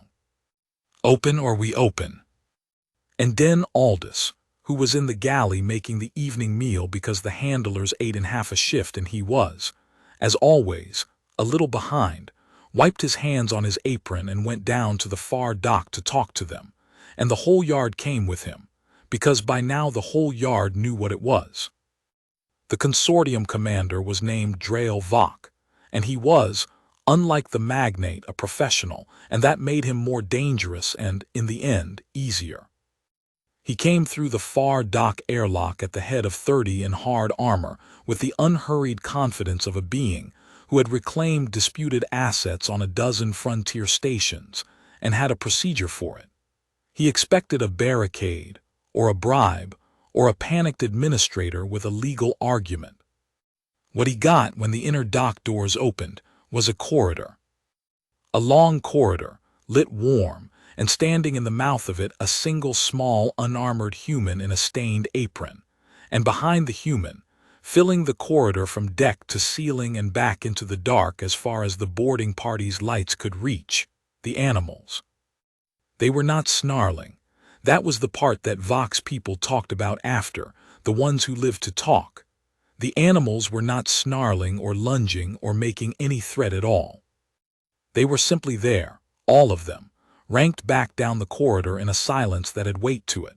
40 apex predators of 9 species standing loose and calm behind one man, watching the boarding party with the patient attention of creatures who had already decided how the next few moments could go and were waiting, without any particular urgency, to find out which way the armored strangers would choose. "I am Commander Drael Vok of the Sethite Consortium," Vok said, and his amplified voice filled the corridor. "This station and its inventory are collateralized assets of a defaulted account. I am here to collect them. That includes the specimen designated 9, the subadults designated 16 and 17, and the indentured asset designated," the smallest pause as he checked his slate, "Aldous D. contract cook purchased and paid. Stand aside. This is not a negotiation. It is an accounting." "Okay," Den Aldous said, "then let's account." He walked forward, out ahead of the animals, into the space between them and the guns, which was a thing no one who had ever met him could stop him doing, and he stopped a few paces from the commander, small and plain in the warm light, and he looked up at the hard armor and the 30 weapons, and he was not afraid. And that, more than the 40 monsters, was what put the first crack in Duffel Vach's professional calm. He had reclaimed assets from panicked men and desperate men and violent men. He had never once done it from a man who was simply, thoroughly bored. "You've got a slate," Aldous said. "Let's do it your way. Line items. First one, the specimen designated 9.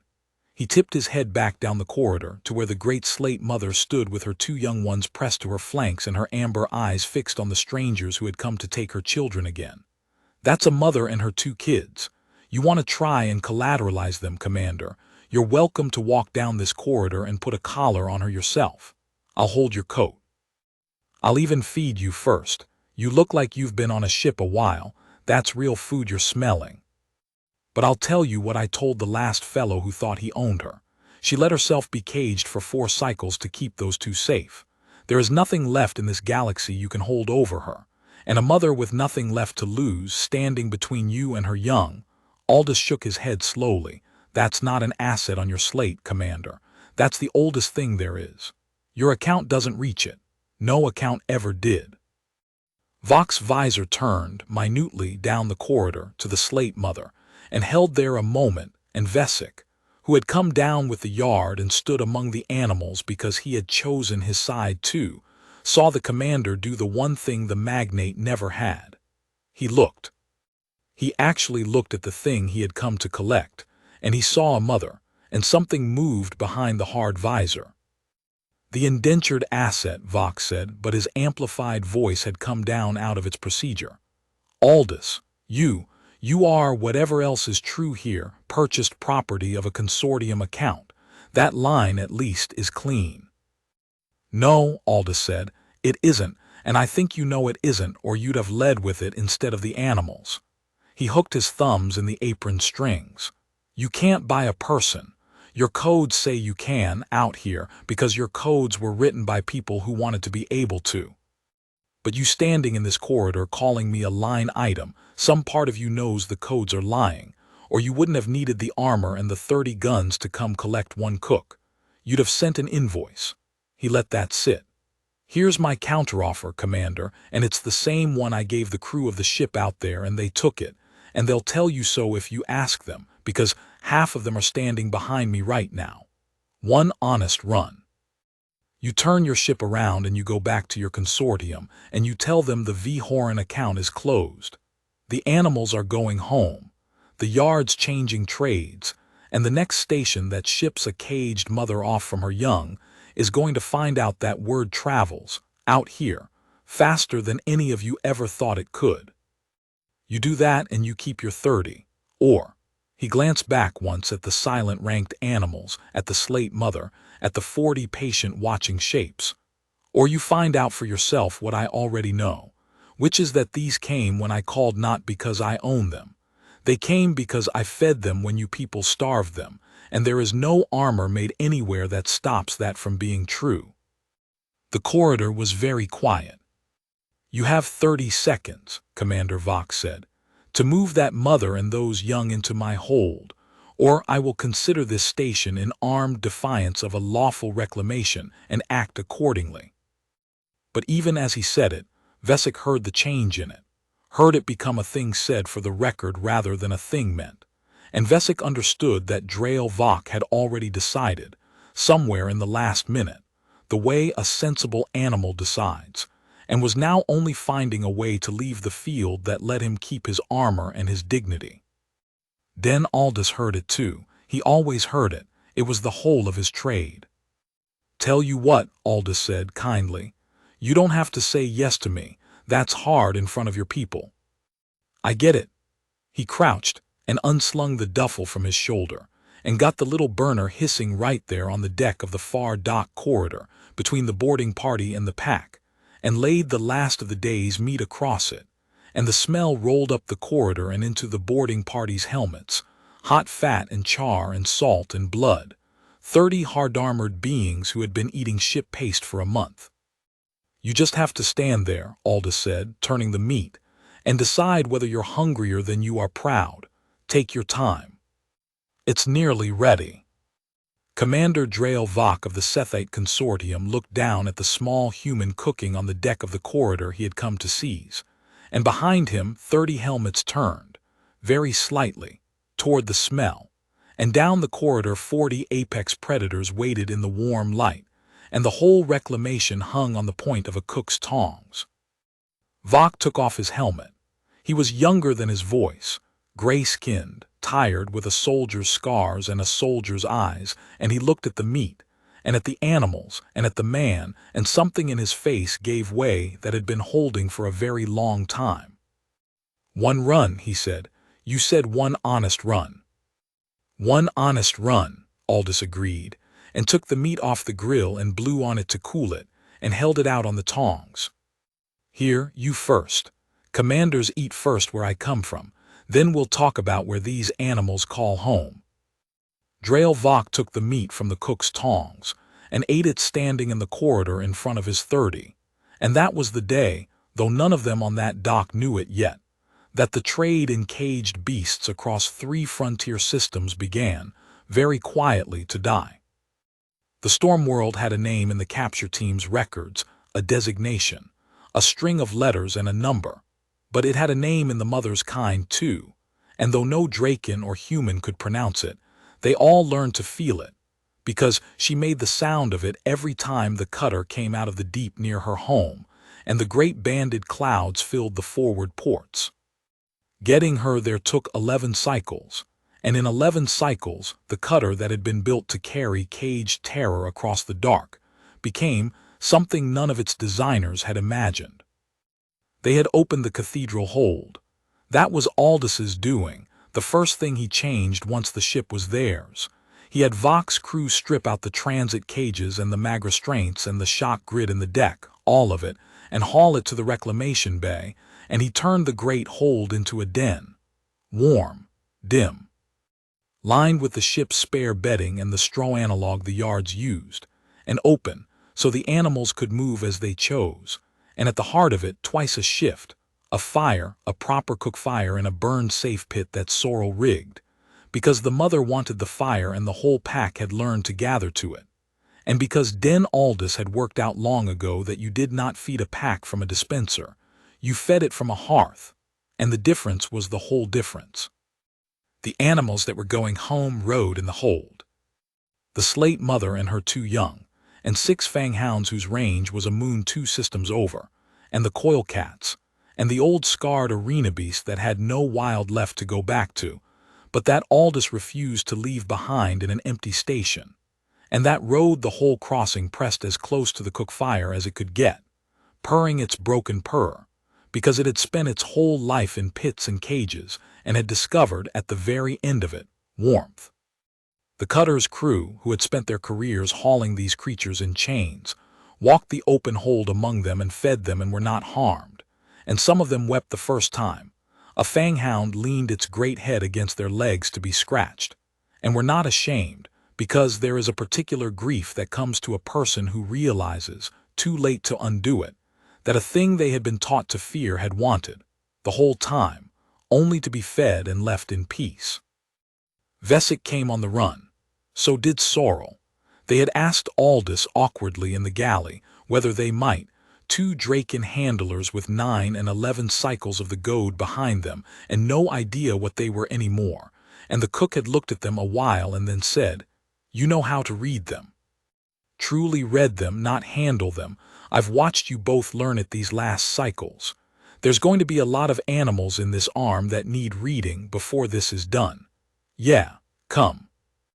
And that was how Vesic found himself, on the 9th cycle of the crossing, sitting on the deck of an open hold by a cook fire with a slate mountain of a beast asleep 3 body lengths away, and her 2 young ones tumbling in the straw, listening to Den Aldous try, and fail, to explain to a circle of rapt Draken why none of it was a miracle. "It's just feeding," Aldous said, for what Vesic privately estimated was the 200th time. "You keep wanting it to be more than that. It isn't. You feed a thing honestly at your own fire, and you don't lie to it, and you don't hurt it, and you do it every day whether or not it's useful to you, and one day you look up and it would die for you. That's not doctrine. That's just what happens. It's the most ordinary thing in the universe. You've all just been living somewhere it wasn't allowed. Torv, handler Torv, whose arm had healed crooked and who had come on the run too, unwilling to be anywhere else, said gravely, "The fire given right." "It's not a right," Aldous said, a little helplessly. "It's not given by anybody. It's just—" "The fire given right," said Sorrel and Vesic, and the whole circle of Draken, gently, in unison, and then Aldous gave up, and put more meat on the fire, because a martial people who had no softer word for love had found one at last, and were not going to be talked out of it by the very man who had taught it to them. And there are worse legacies for a cook to leave than an entire warrior culture, solemnly renaming tenderness as ancient law. On the 11th cycle they made the storm world, and they took her home. The cutter could not land, it was a deep ship, not built for atmosphere. So they brought her down in the heavy shuttle, the mother and her two young, across the banded clouds and through the great slow storms of her world, to a highland range of black rock and gray moss that the capture records said was where the net had taken her. And they set down on a wide bare shelf of stone under a sky the color of a forge, and they opened the ramp. The mother did not run out. That was the thing Vesic had not expected, and it undid him more than any of the rest of it. The ramp came down on her own wild world, on the range that had been taken from her, on the free open sky, and the great slate beast that had thrown 3 teams through a pressure door did not bolt for freedom. She walked to the top of the ramp, her two young pressed to her flanks, and she stopped, and she turned, and she looked back into the shuttle, at the small plain human standing there in his apron with the empty tongs in his hand, and she made the low searching sound. The question sound. The one she had made at the viewing slit on the very first morning, 4 cycles and a whole changed world ago. And then Aldous, who did not cry easily and did not cry now, though it was a near thing, walked down the ramp to her, and put his flat human hand against the great crested head one last time and answered her. "Go on," he said, low and steady. "Go on now, you're home, this is yours. It was always yours, nobody ever got to take it, not really, they just made you forget it for a while." He scratched the ridge above the amber eye the way he had learned she liked, and his voice stayed level by a margin Vesic could hear him fighting for. "I've got no more fire to give you, girl. You don't need it here. You've got a whole world. Go show your kids where they come from."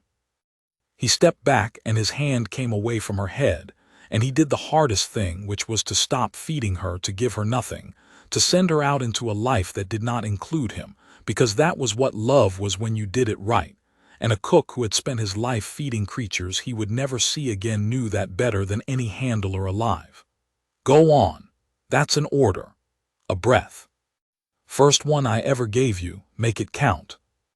The mother looked at him, a long moment with her banked forge eyes. Then she turned, and she walked out onto her own black rock under her own forge-colored sky, and her two young ones bolted ahead of her into the gray moss, tumbling free, and she followed them out into the world she had let herself be caged to keep them safe for. And at the edge of the shelf, where the highland fell away into cloud, she stopped one last time, and she turned her great head, and she looked back at the small figure at the foot of the ramp. And she made a different sound, not the grief cry, not the searching question. A new one that none of them had heard before, that rolled out over the highland and down into the storms, low and long and full, and every creature on that range for 100 spans lifted its head to it. And then Aldous, at the foot of the ramp, went very still, and then lifted his empty hand and held it up, palm out in the forge-colored light, until she turned at last and was gone into the moss with her children home. "What was that?" Vesic said quietly when he could. "The last sound, that wasn't grief. What was it?" Then Aldous lowered his hand. He watched the empty edge of the shelf a while where she had gone. When he answered, his voice was rough, but steady, always steady. "My world," he said. "We'd call it grace." He turned and picked up his duffel and slung it over his shoulder and started back up the ramp, because the crew would want feeding after, they always did, and he was, as ever, a little behind. "It means thank you," he said, "to somebody who's not going to be around to hear it. It's the last thing you say to somebody you're never going to see again but wanted to." He paused at the top of the ramp and looked back once at the range, at the forge-colored sky. "It's the best word we've got." I'm glad she had one too. They were a long time homing, the rest of them, and everyone had its own world and its own leaving. And Vesic, who kept a private log of that run in his own hand, because he did not trust his memory to hold it all and did not want to lose a moment, filled the log. The Fanghounds went to their moon 2 systems over, and they did not leave the ramp calm the way the mother had. They left it wild, 6 of them exploding out into a red night full of their own kind's calls, and for a bad moment Vesic thought they would simply vanish, and that would be that. But at the tree line the pack leader stopped and turned, and came all the way back up the ramp and pressed its great head once, hard, against Den Aldis's chest, hard enough to stagger him, and then was gone, and Aldis stood rubbing his sternum where a half-ton of Delaeth Fanghound had said goodbye, and laughed, the first real laugh Vesic had heard out of him the whole run, and said, "Yeah, you too, you great idiot. Go on." The Venom gliders went to a canopy world of red vines, and would not go until Aldis had fed them one last time on the ramp, and then went in a single silent rush into the high dark and were simply not there any more, the way that kind moved. And Alan the purser, who had loaded 100 of that species into cages over his years and had never once seen one go free, stood at the top of the ramp and watched the canopy swallow them and could not speak for a long while, and the old cook let him not speak, and put a bowl of something warm in his hands, and stood with him until he could. The coil cats they could not release in the end. Their world had been strip-mined to bedrock by the same economy that had caged them. There was no range left to send them to. So the coil cats came back to the yards, with the old arena beast, and the pit lizards, and the grazer killers whose worlds were gone or too far or too dangerous to reach. The ones with no home left in all the dark to go back to. And that was how the second half of the thing began, the part that outlasted all the rest of it, the part that Vesic was still living inside of when he was an old Draken telling the story to handlers who had not been born when it happened. Because the V-Horan reception yards, which had been built to cage and starve and sell, became the first of them. Aldis did not plan it. Vesic wanted to be clear about that always when he told it. The cook did not sit down and design a sanctuary or found a movement or write a manifesto. He came back from the homing run with a ship full of animals that had nowhere to go, and he did the only thing he had ever done, which was feed them, at his own fire, honestly, every day, whether or not it was useful to him. He turned the yard's cold selling pens into warm, open dens with doors that opened from the inside. He locked the goads in a welded room and threw the manifest of lots into the recycler. He set the whole station's rhythm to the late round writ large, warm meals, twice a shift, and the animals loose, and the handlers who stayed learning, slowly, clumsily, movingly, to read the creatures they had spent their careers dominating. And people heard. That was the thing none of them had reckoned on, least of all Aldis. Alan the purser had said it on the flight deck, the first cook fire. Word travels out here faster than any of you ever thought it could. It traveled.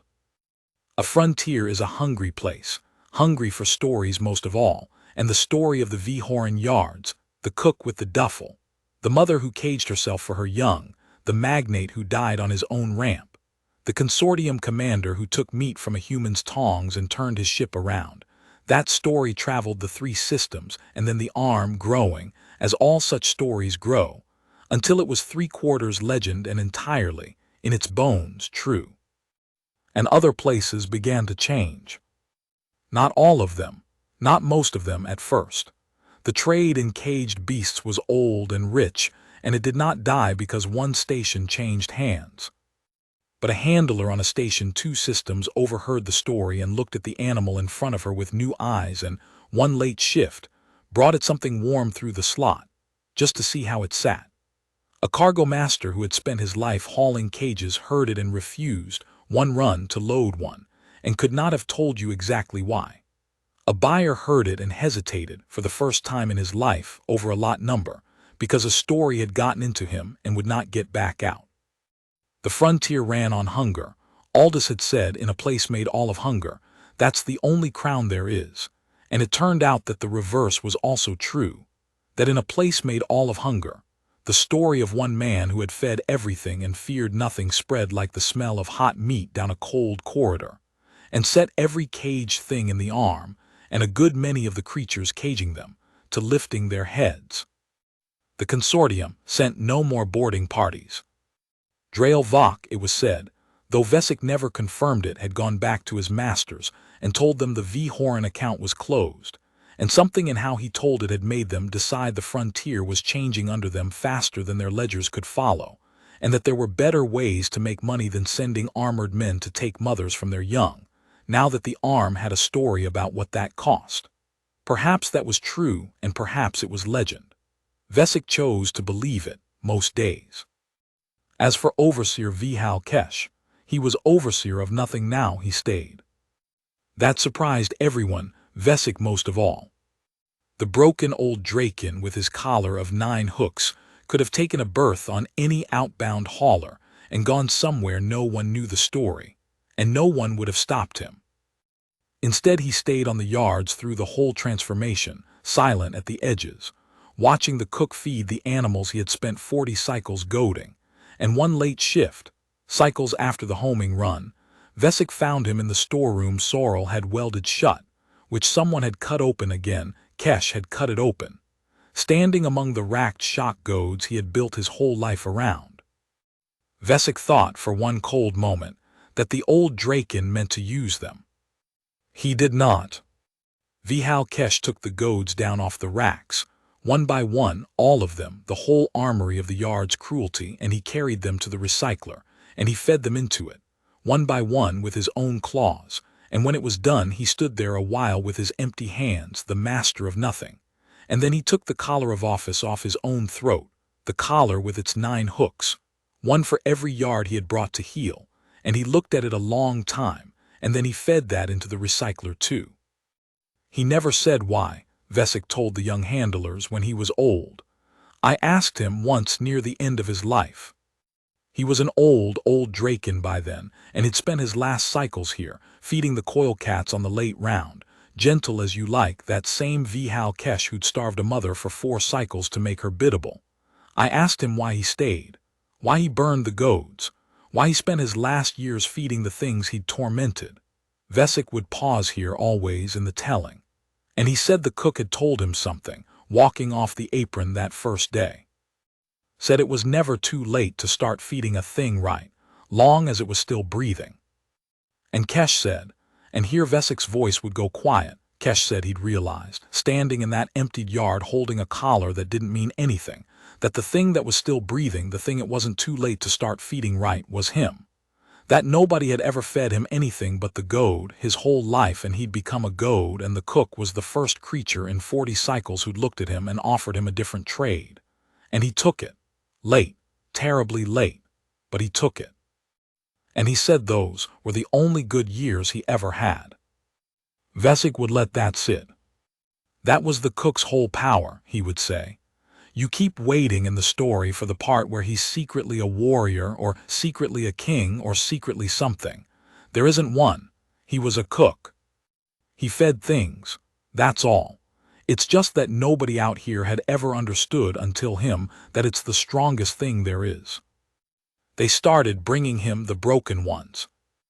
It happened the way everything with the cook happened, not by any plan, just by the slow logic of a story getting loose in a hungry place. A hauler captain 2 systems over had a war beast in her hold that had killed a handler and could not be sold and could not be put down safely and could not be kept, and she had heard the story, and she did the thing the story suggested, which was to bring it to the V. Horan yards and hand it to the cook. And the cook fed it, and it settled. And she went away and told the story again, with a new ending, and within a cycle there were 3 more ships in the queue, each with a beast in its hold that nobody else in the arm could handle. The yards became the place you brought the ones there was no other answer for. Not all of them settled.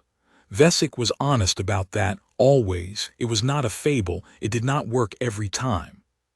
Some animals came in so far gone, so ruined by cages and goads and the pits, that not even Den Aldous with all his patience and his fire could reach them. And those he did the last kindness for himself, with his own hand, gently, in a quiet room, because he had decided early that if he was going to be the one they brought the broken ones to, he was going to be the one who saw it through when there was no mending left, and would not hand that weight to anyone else. Vesic held the light for him more than once in that quiet room, and never once heard the cook complain of the cost of it, though he saw what it cost, saw it settle into the lines of the plain, tired face year on year, another kind of burn, another mark of the trade.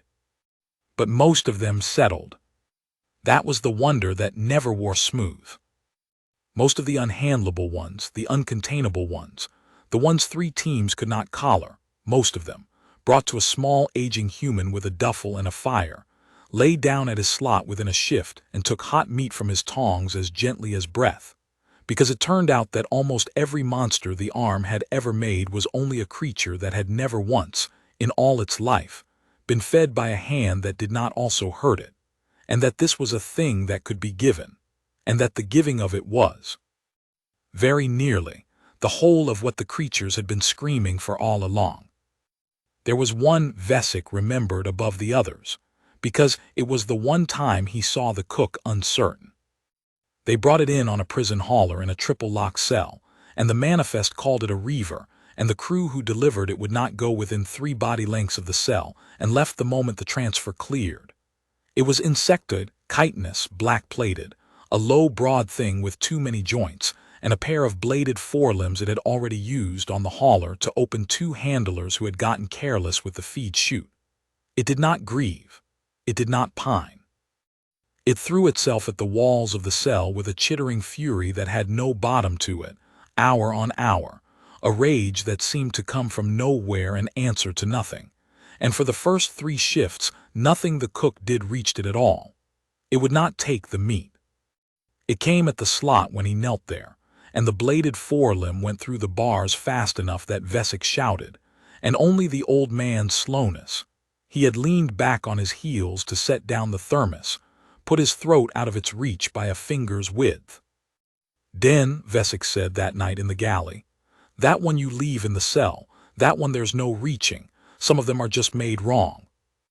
And Den Aldous, who had by then been feeding the broken things of the arm for 30 cycles, shook his old head slowly and said, "Nothing's made wrong. Made hungry, made hurt, made afraid, never made wrong. I just haven't found the door yet."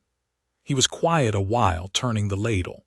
"It's not grieving. It's not sick.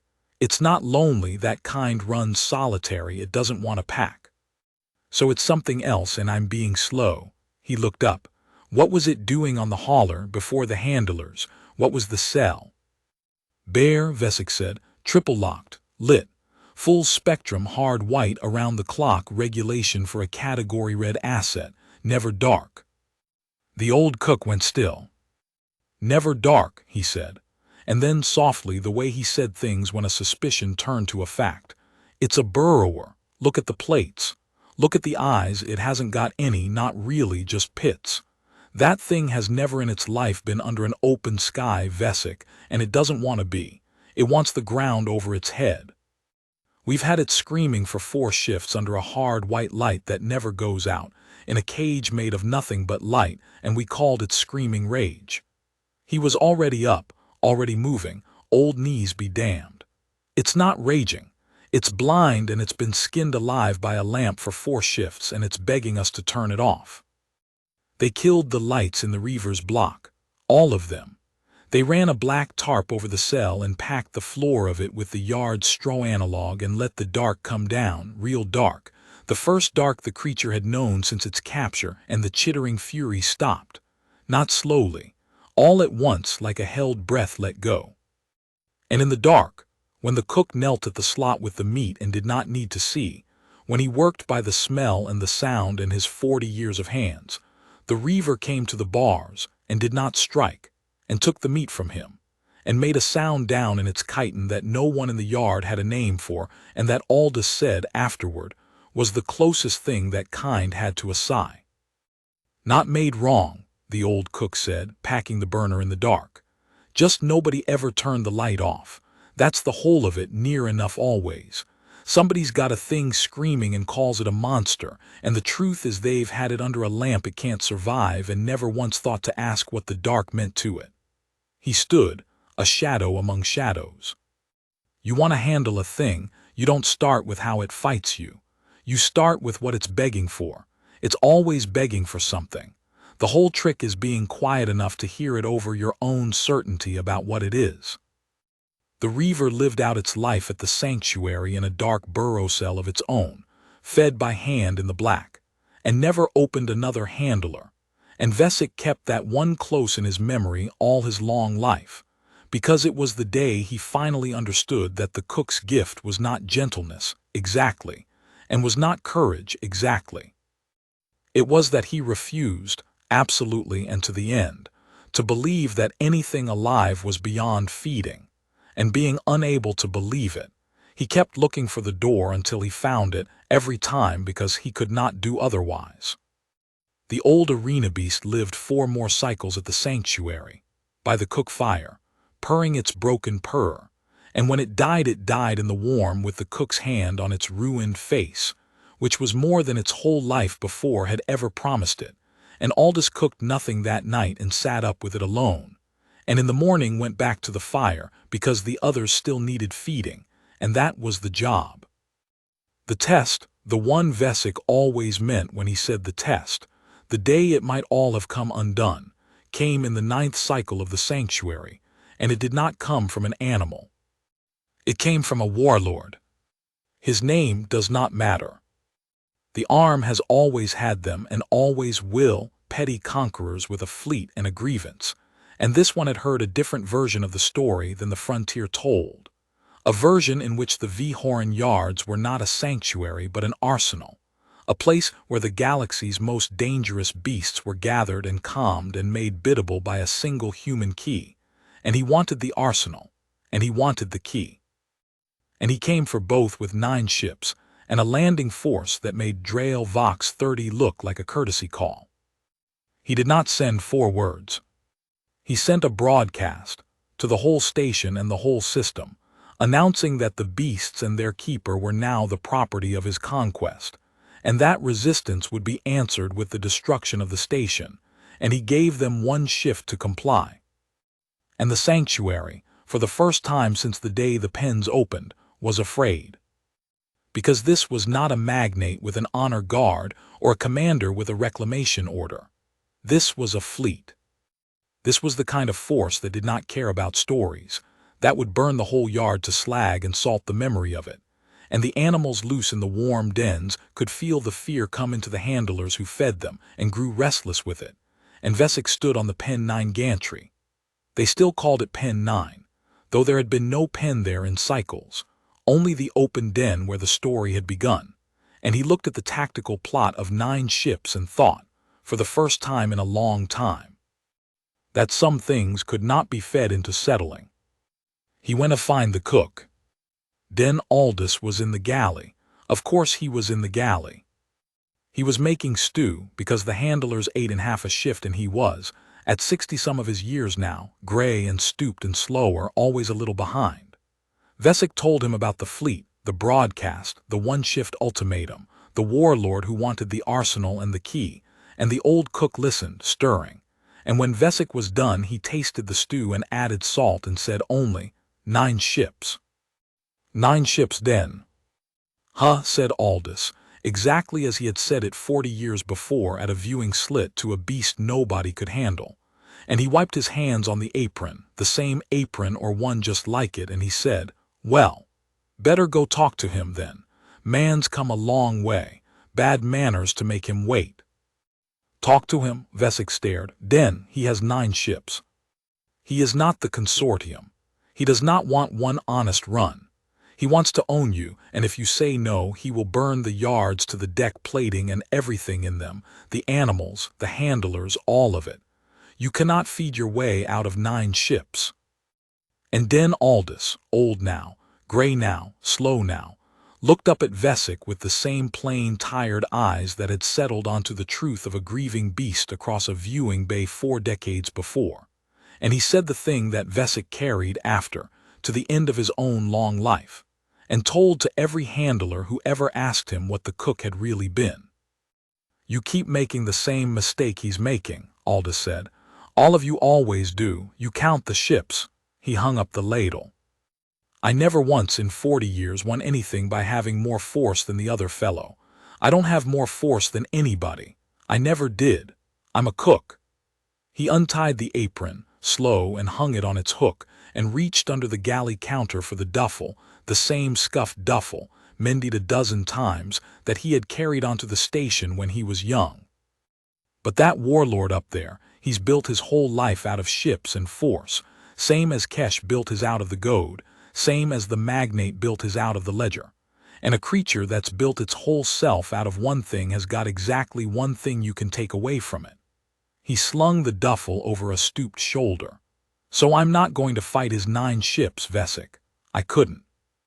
I'm going to go up there and feed him and ask him how it sits, and let him find out in front of his own people that the one thing he built his whole self out of doesn't work on the one man in the arm who never wanted it."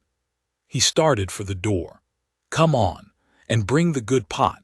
If we're going to change a conqueror's mind, we're not doing it on the small burner." The warlord's name was Draven Sar, and he had made himself out of 9 ships and a great deal of fear, and he received the old human on the command deck of his flagship, the way a man receives a curiosity he intends to break. He had allowed the shuttle to dock. That was arrogance, and Vesic, who insisted on coming, who would not let the old cook go up alone, saw it for arrogance and took a cold comfort from it, because arrogance was a thing that could be worked with. Arrogance was a creature that had never once been fed by a hand that did not hurt it. Sar sat in a raised chair on a command deck full of hard-faced officers and armed troopers, a broad scarred being in warplate with a conqueror's stillness, and he watched the small stooped human come in with a duffel over his shoulder and a large covered pot carried between him and a Draken handler. And he did not rise, and he did not speak, and he let the silence be his first weapon. Den Aldous set the pot down on the deck of the command bridge. He got the little burner going under it to keep it warm, the good stew, the once-a-week stew, the braise that made the handlers stop complaining for one night. And the smell of it began, very slowly, to fill the command deck, hot fat and char and salt and blood, and 40 hard-faced officers and troopers who had been eating combat rations on a long conquest campaign felt their attention pulled, minutely, helplessly, toward the pot on the floor. "You are the key," Sar said at last, "the human that calms the arsenal. You are smaller than the stories." "Everybody says that," Aldous agreed. He straightened slow, a hand at the small of his back. "You want some stew? It's a long campaign, that face. Bet you haven't had a real meal in a month." "I did not bring 9 ships to be fed," Sar said. "No," Aldous said. "You brought 9 ships to take a sanctuary full of animals nobody else could handle, and the man who handles them and use us as a weapon because you heard the story wrong. I know. Everybody hears it wrong the first time. The magnate heard it wrong. The consortium heard it wrong. You all hear the same wrong thing, which is that there's a weapon here and a key, and if you own the key, you own the weapon." He crouched by the pot and stirred it, and the smell bloomed. "There's no weapon here, Sar. There never was. There's a lot of frightened creatures that finally got fed by somebody who didn't hurt them, and an old man who does the feeding, and that's the whole of it. You can't point it at anybody. It doesn't work that way. It only ever worked one way, and the one way is the opposite of what you came for."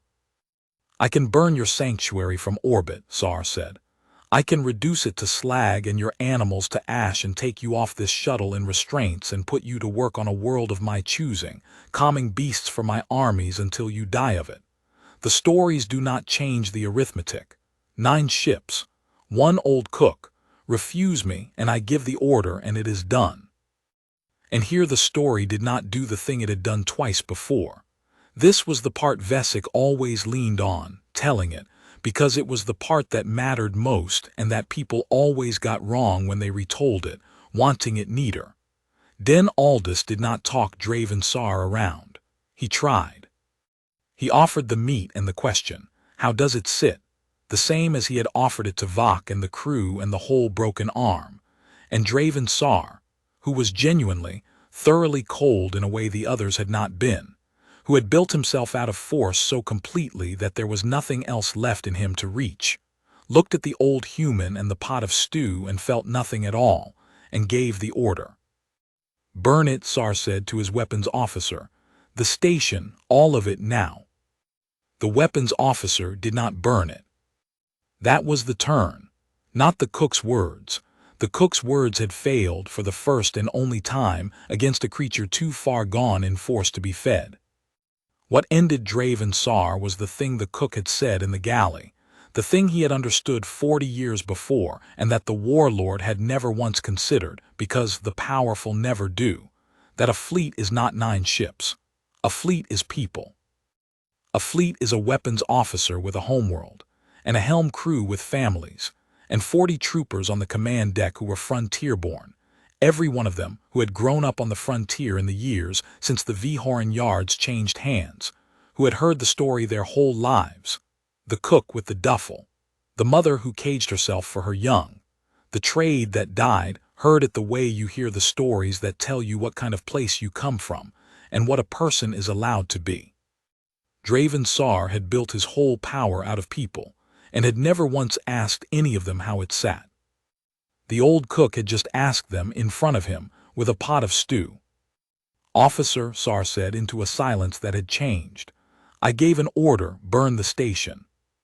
"No," said the weapons officer. It was very quiet on the command deck. "No," said the helm. "And no," said a trooper by the blast door, laying his weapon down on the deck with a clatter that was very loud in the quiet.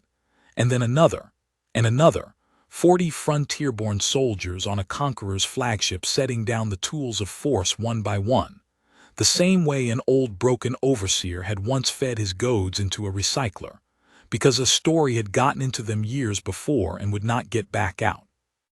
And because an old man had come up to a command deck with a pot of stew and made them realize, in front of the being who owned them, that no one had ever once suggested it was allowed to sit any way at all.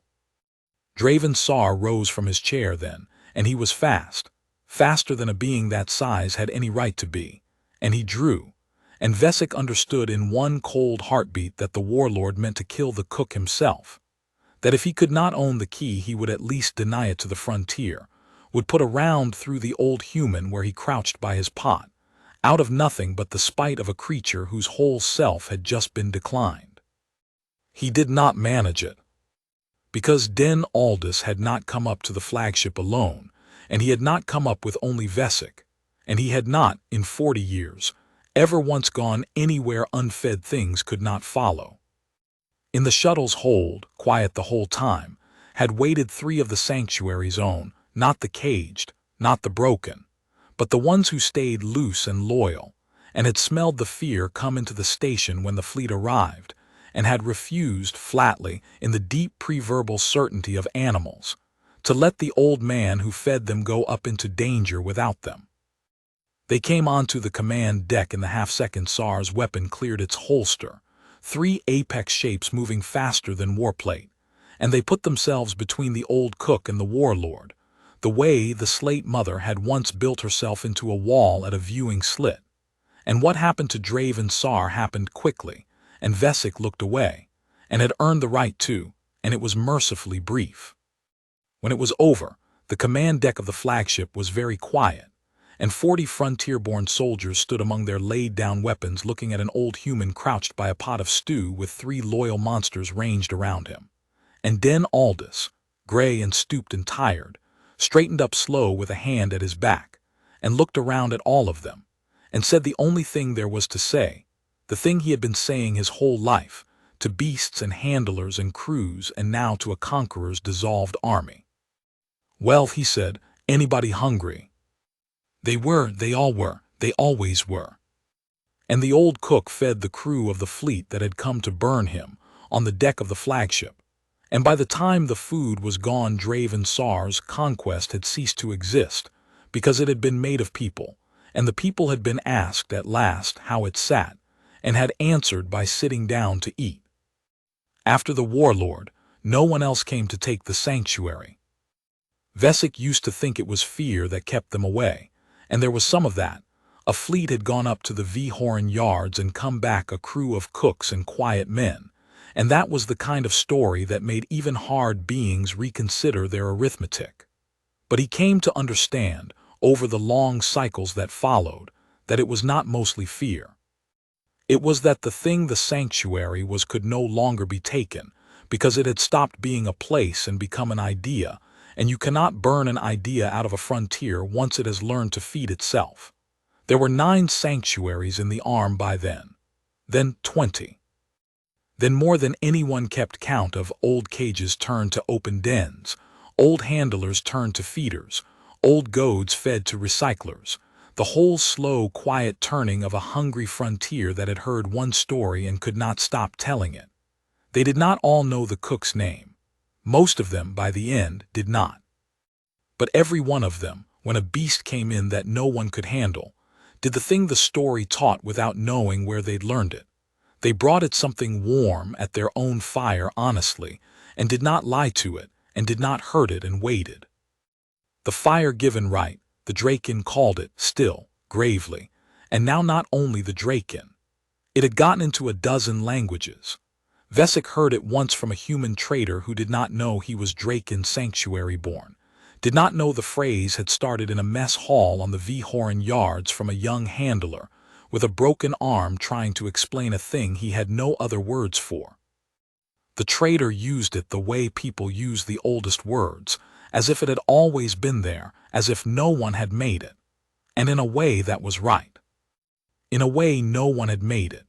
An old cook had only pointed at a thing that was always true, and that everyone had been living somewhere it wasn't allowed, and had fed enough creatures, patiently enough for long enough, that the truth of it finally got loose. Den Aldous grew very old. He did not stop cooking. Vesic, himself grown old now, gray along the jaw the way Kesh had gone gray, watched the cook slow year by year, watched the burns and nicks accumulate on the old forearms alongside the deeper marks of the quiet room, watched him need the young handlers to carry the pots he had once carried alone, and never once in all of it watched him stop. There were always more to feed. That was the one fixed star of the man. However old he got, however slow, the handlers ate in half a shift and the animals ate twice a shift, and Den Aldous was, to the very end, a little behind, and would not hear of resting while a single thing in his care went hungry. And then in the cook's last cycle, when he was so old that the young handlers had to help him to the fire, and he cooked sitting down, with his hands shaking on the tongs, the return came. It came out of the deep without warning, a shape on the long-range plot that the sanctuary's watch could not classify, that resolved as it neared into something none of them had a manifest for, not a ship, a creature. An apex the size of a cutter, slate-hided, bone-crested, 6-limbed, crossing open space under its own power in a way that should not have been possible, aimed with the terrible certainty of a thing that knows exactly where it is going, straight at the Vhoran yards. The watch called an alert. The handlers came to the gantries afraid, because a loose apex of that size incoming was every nightmare the old trade had ever sold. And Vesic, old Vesic, looked at the shape on the plot and at the slate hide and the bone crest and the size of it, larger than the mother had ever been, larger than anything in the records, a full-grown giant of that kind such as no capture team had ever taken because no capture team could, and something turned over in his chest that he had not felt in 40 cycles, and he went, as fast as his old legs would carry him, to the galley, to the fire, to tell the cook. Den, he said, Den, there's something coming, an apex, slate hide bone crest 6 limbs, big Den, bigger than she ever was. Coming straight in, right for us like it knows the way. And Den Aldous, ancient now, his hands shaking on the tongs, went very still by the fire and lifted his head, and something came into the plain, tired old face that Vesic had not seen there in 40 years. Not fear, never fear, the other thing, the one from the very first morning at the viewing slit, the settling, the suspicion becoming a fact. Slate hide, the old cook said softly, bone crest, 6 limbs bigger than she was. He set the tongs down. One of the young ones. Den. She took 2 home, Aldous said, and there was a light in the old eyes now, a warmth breaking up through the tiredness like the first blue of the burner catching. 40 cycles gone. 2 frightened kids, all elbows and eyes, that I fed through a slot on deck 4 and taught to come to a knock. Tock, tock. He tapped the galley counter twice with a shaking knuckle and smiled, an old man's slow smile. They'd be grown now. Grown and then some. Grown bigger than she ever was, out there on their own wild world, free, the way she wanted. He reached under the counter slow for the duffel, the same scuffed, mended duffel, 40 years old now, soft as cloth at the corners, and he began with shaking hands to pack it. The little burner. The salt. The good meat the braise kept back for the once-a-week stew. And one of them's come all this way, across all that dark, to find the old man who fed it when it was frightened and small. His hands stopped shaking, the way they always stopped when there was a thing to be done. Well, better not keep it waiting. Come on, Vesic, and open the big doors, the outer ones, the whole bay. It's grown too big for a slot. He slung the duffel over a stooped shoulder and stood, straighter than he had stood in cycles. It's come a long way. We're going to feed it right. They opened the great outer doors of the receiving bay. The same gantry. The same place where a young handler named Drod Vesic had once stood well back with a useless goad, while a beast nobody could handle threw itself at a gate. And they stood in the wide mouth of it, the old cook and the old handler, and behind them the whole sanctuary, and they watched the giant come down out of the forge-colored dark. It landed on the receiving apron with a weight that came up through the deck into the roots of Vesic's old teeth, the way the mother's blows had come up through the plating 40 cycles gone, and it folded its 6 limbs under it and lowered its vast crested head.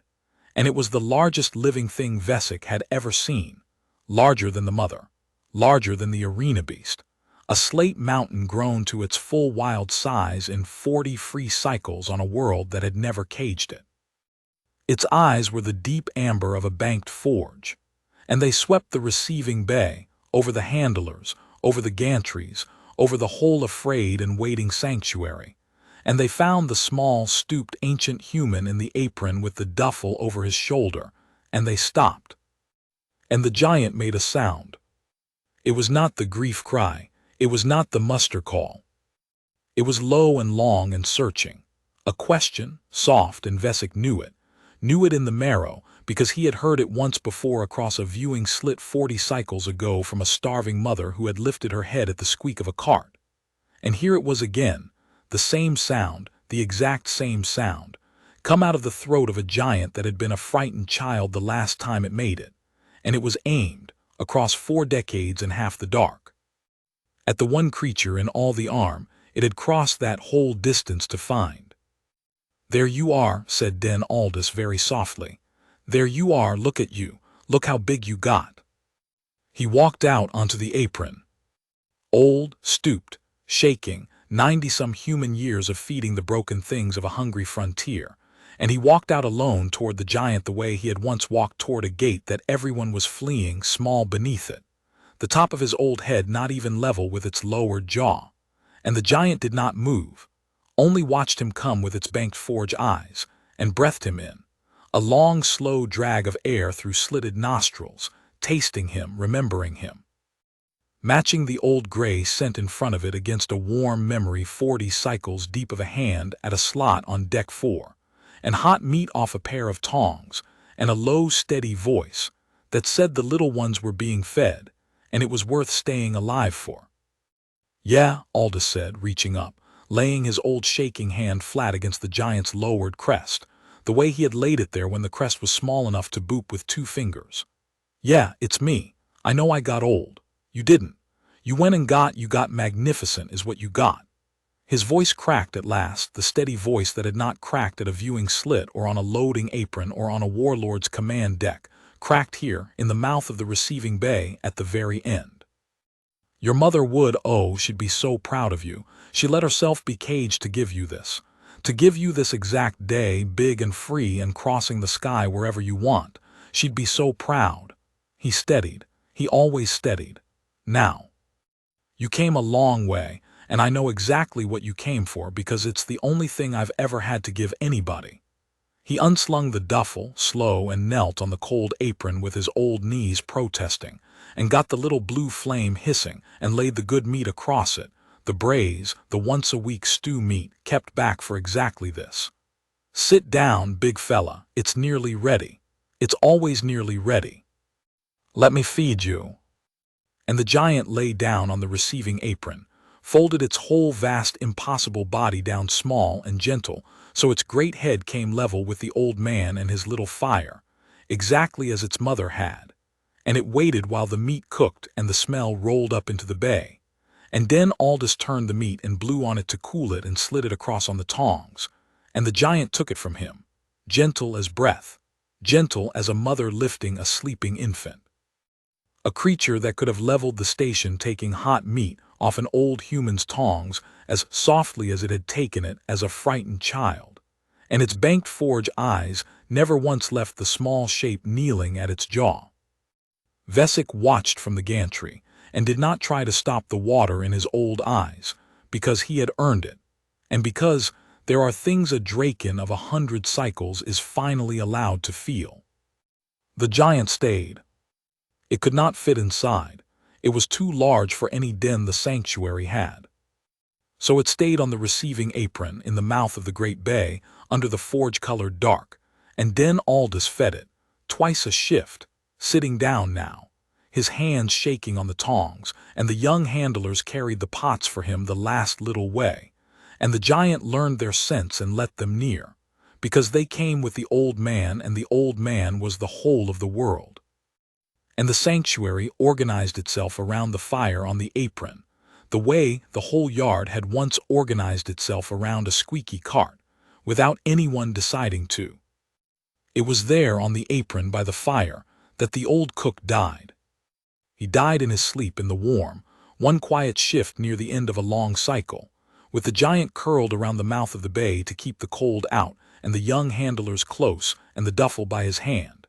And there was no pain in it and no fear, and Vesic, who had loved him in the plain, unspoken way of an old soldier for an old friend, was glad of that, glad past speaking that the man who had spent his whole life making sure no creature in his care died frightened had not himself died frightened. The giant knew before any of them did. It lifted its great head off the cold apron in the dark of that shift, before any handler had found him, and it made a sound that woke the whole station and emptied the whole arm of noise for the space of it, every sanctuary beast on the Vhoran yards falling silent for it at once, the way a room of soldiers falls silent. And it was the grief cry, the true one, the one Vesic had heard from a starving mother at a viewing slit 40 cycles gone. Low and long and full of a loss with no bottom to it, and it rolled out of the receiving bay and down every corridor of the place the old cook had built, and every creature in it grieved. They buried him on the storm world. That was the giant's doing, though it took the handlers a while to understand what it wanted. It would not leave the body, and it would not let them take it until Vesic, old wise Vesic, who had learned across 100 cycles to read them truly, understood that the giant was not guarding the old man. It was waiting to carry him.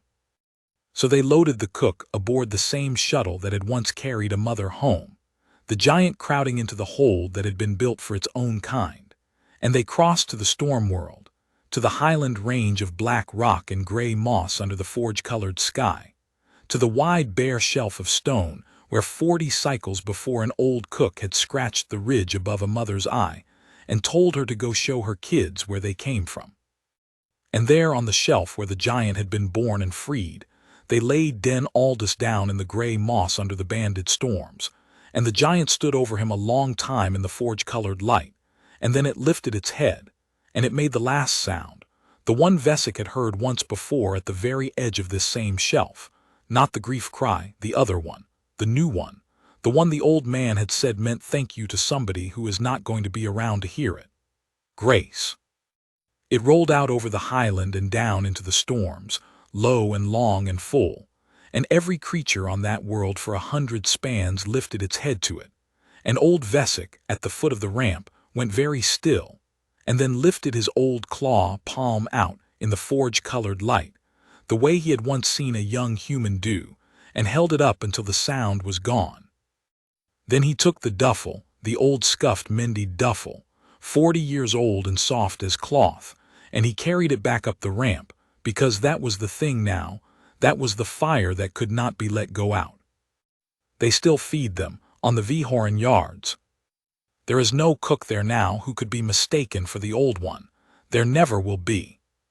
But there is always a fire, and there is always a pot, and there is always someone a little behind, hurrying warm food down the long rows to the broken things the arm still brings when it has no other answer, because the arm still makes broken things, and always will, and there is a place now that they can be brought, and a truth that is always waiting for them there, patient as a banked forge. That almost every monster ever made is only a creature that was never once fed by a hand that did not also hurt it, and that this can be given, and that the giving of it is very nearly the whole of what they have been screaming for all along. The young handlers carry the duffel now, in their turn. They keep the little burner in it, and the salt, and the good meat kept back for the once-a-week stew, and they keep, folded at the bottom where the old cook kept his knives, one square of cloth on which a draken of 100 cycles wrote out, in an old hand, the whole of what he had learned from a small plain human who fed everything and feared nothing, which came when he had cut away everything that was not essential to a single line. And it is the line they read aloud to every new handler on the day they are first handed the duffel, the truest thing old Vesic ever knew, and the thing the cook had proved with the whole of his quiet life. While a thing is still breathing, it is never too late to start feeding it right, and there has never been, in all the hungry dark, a stronger thing than the hand that comes with food, and never with pain.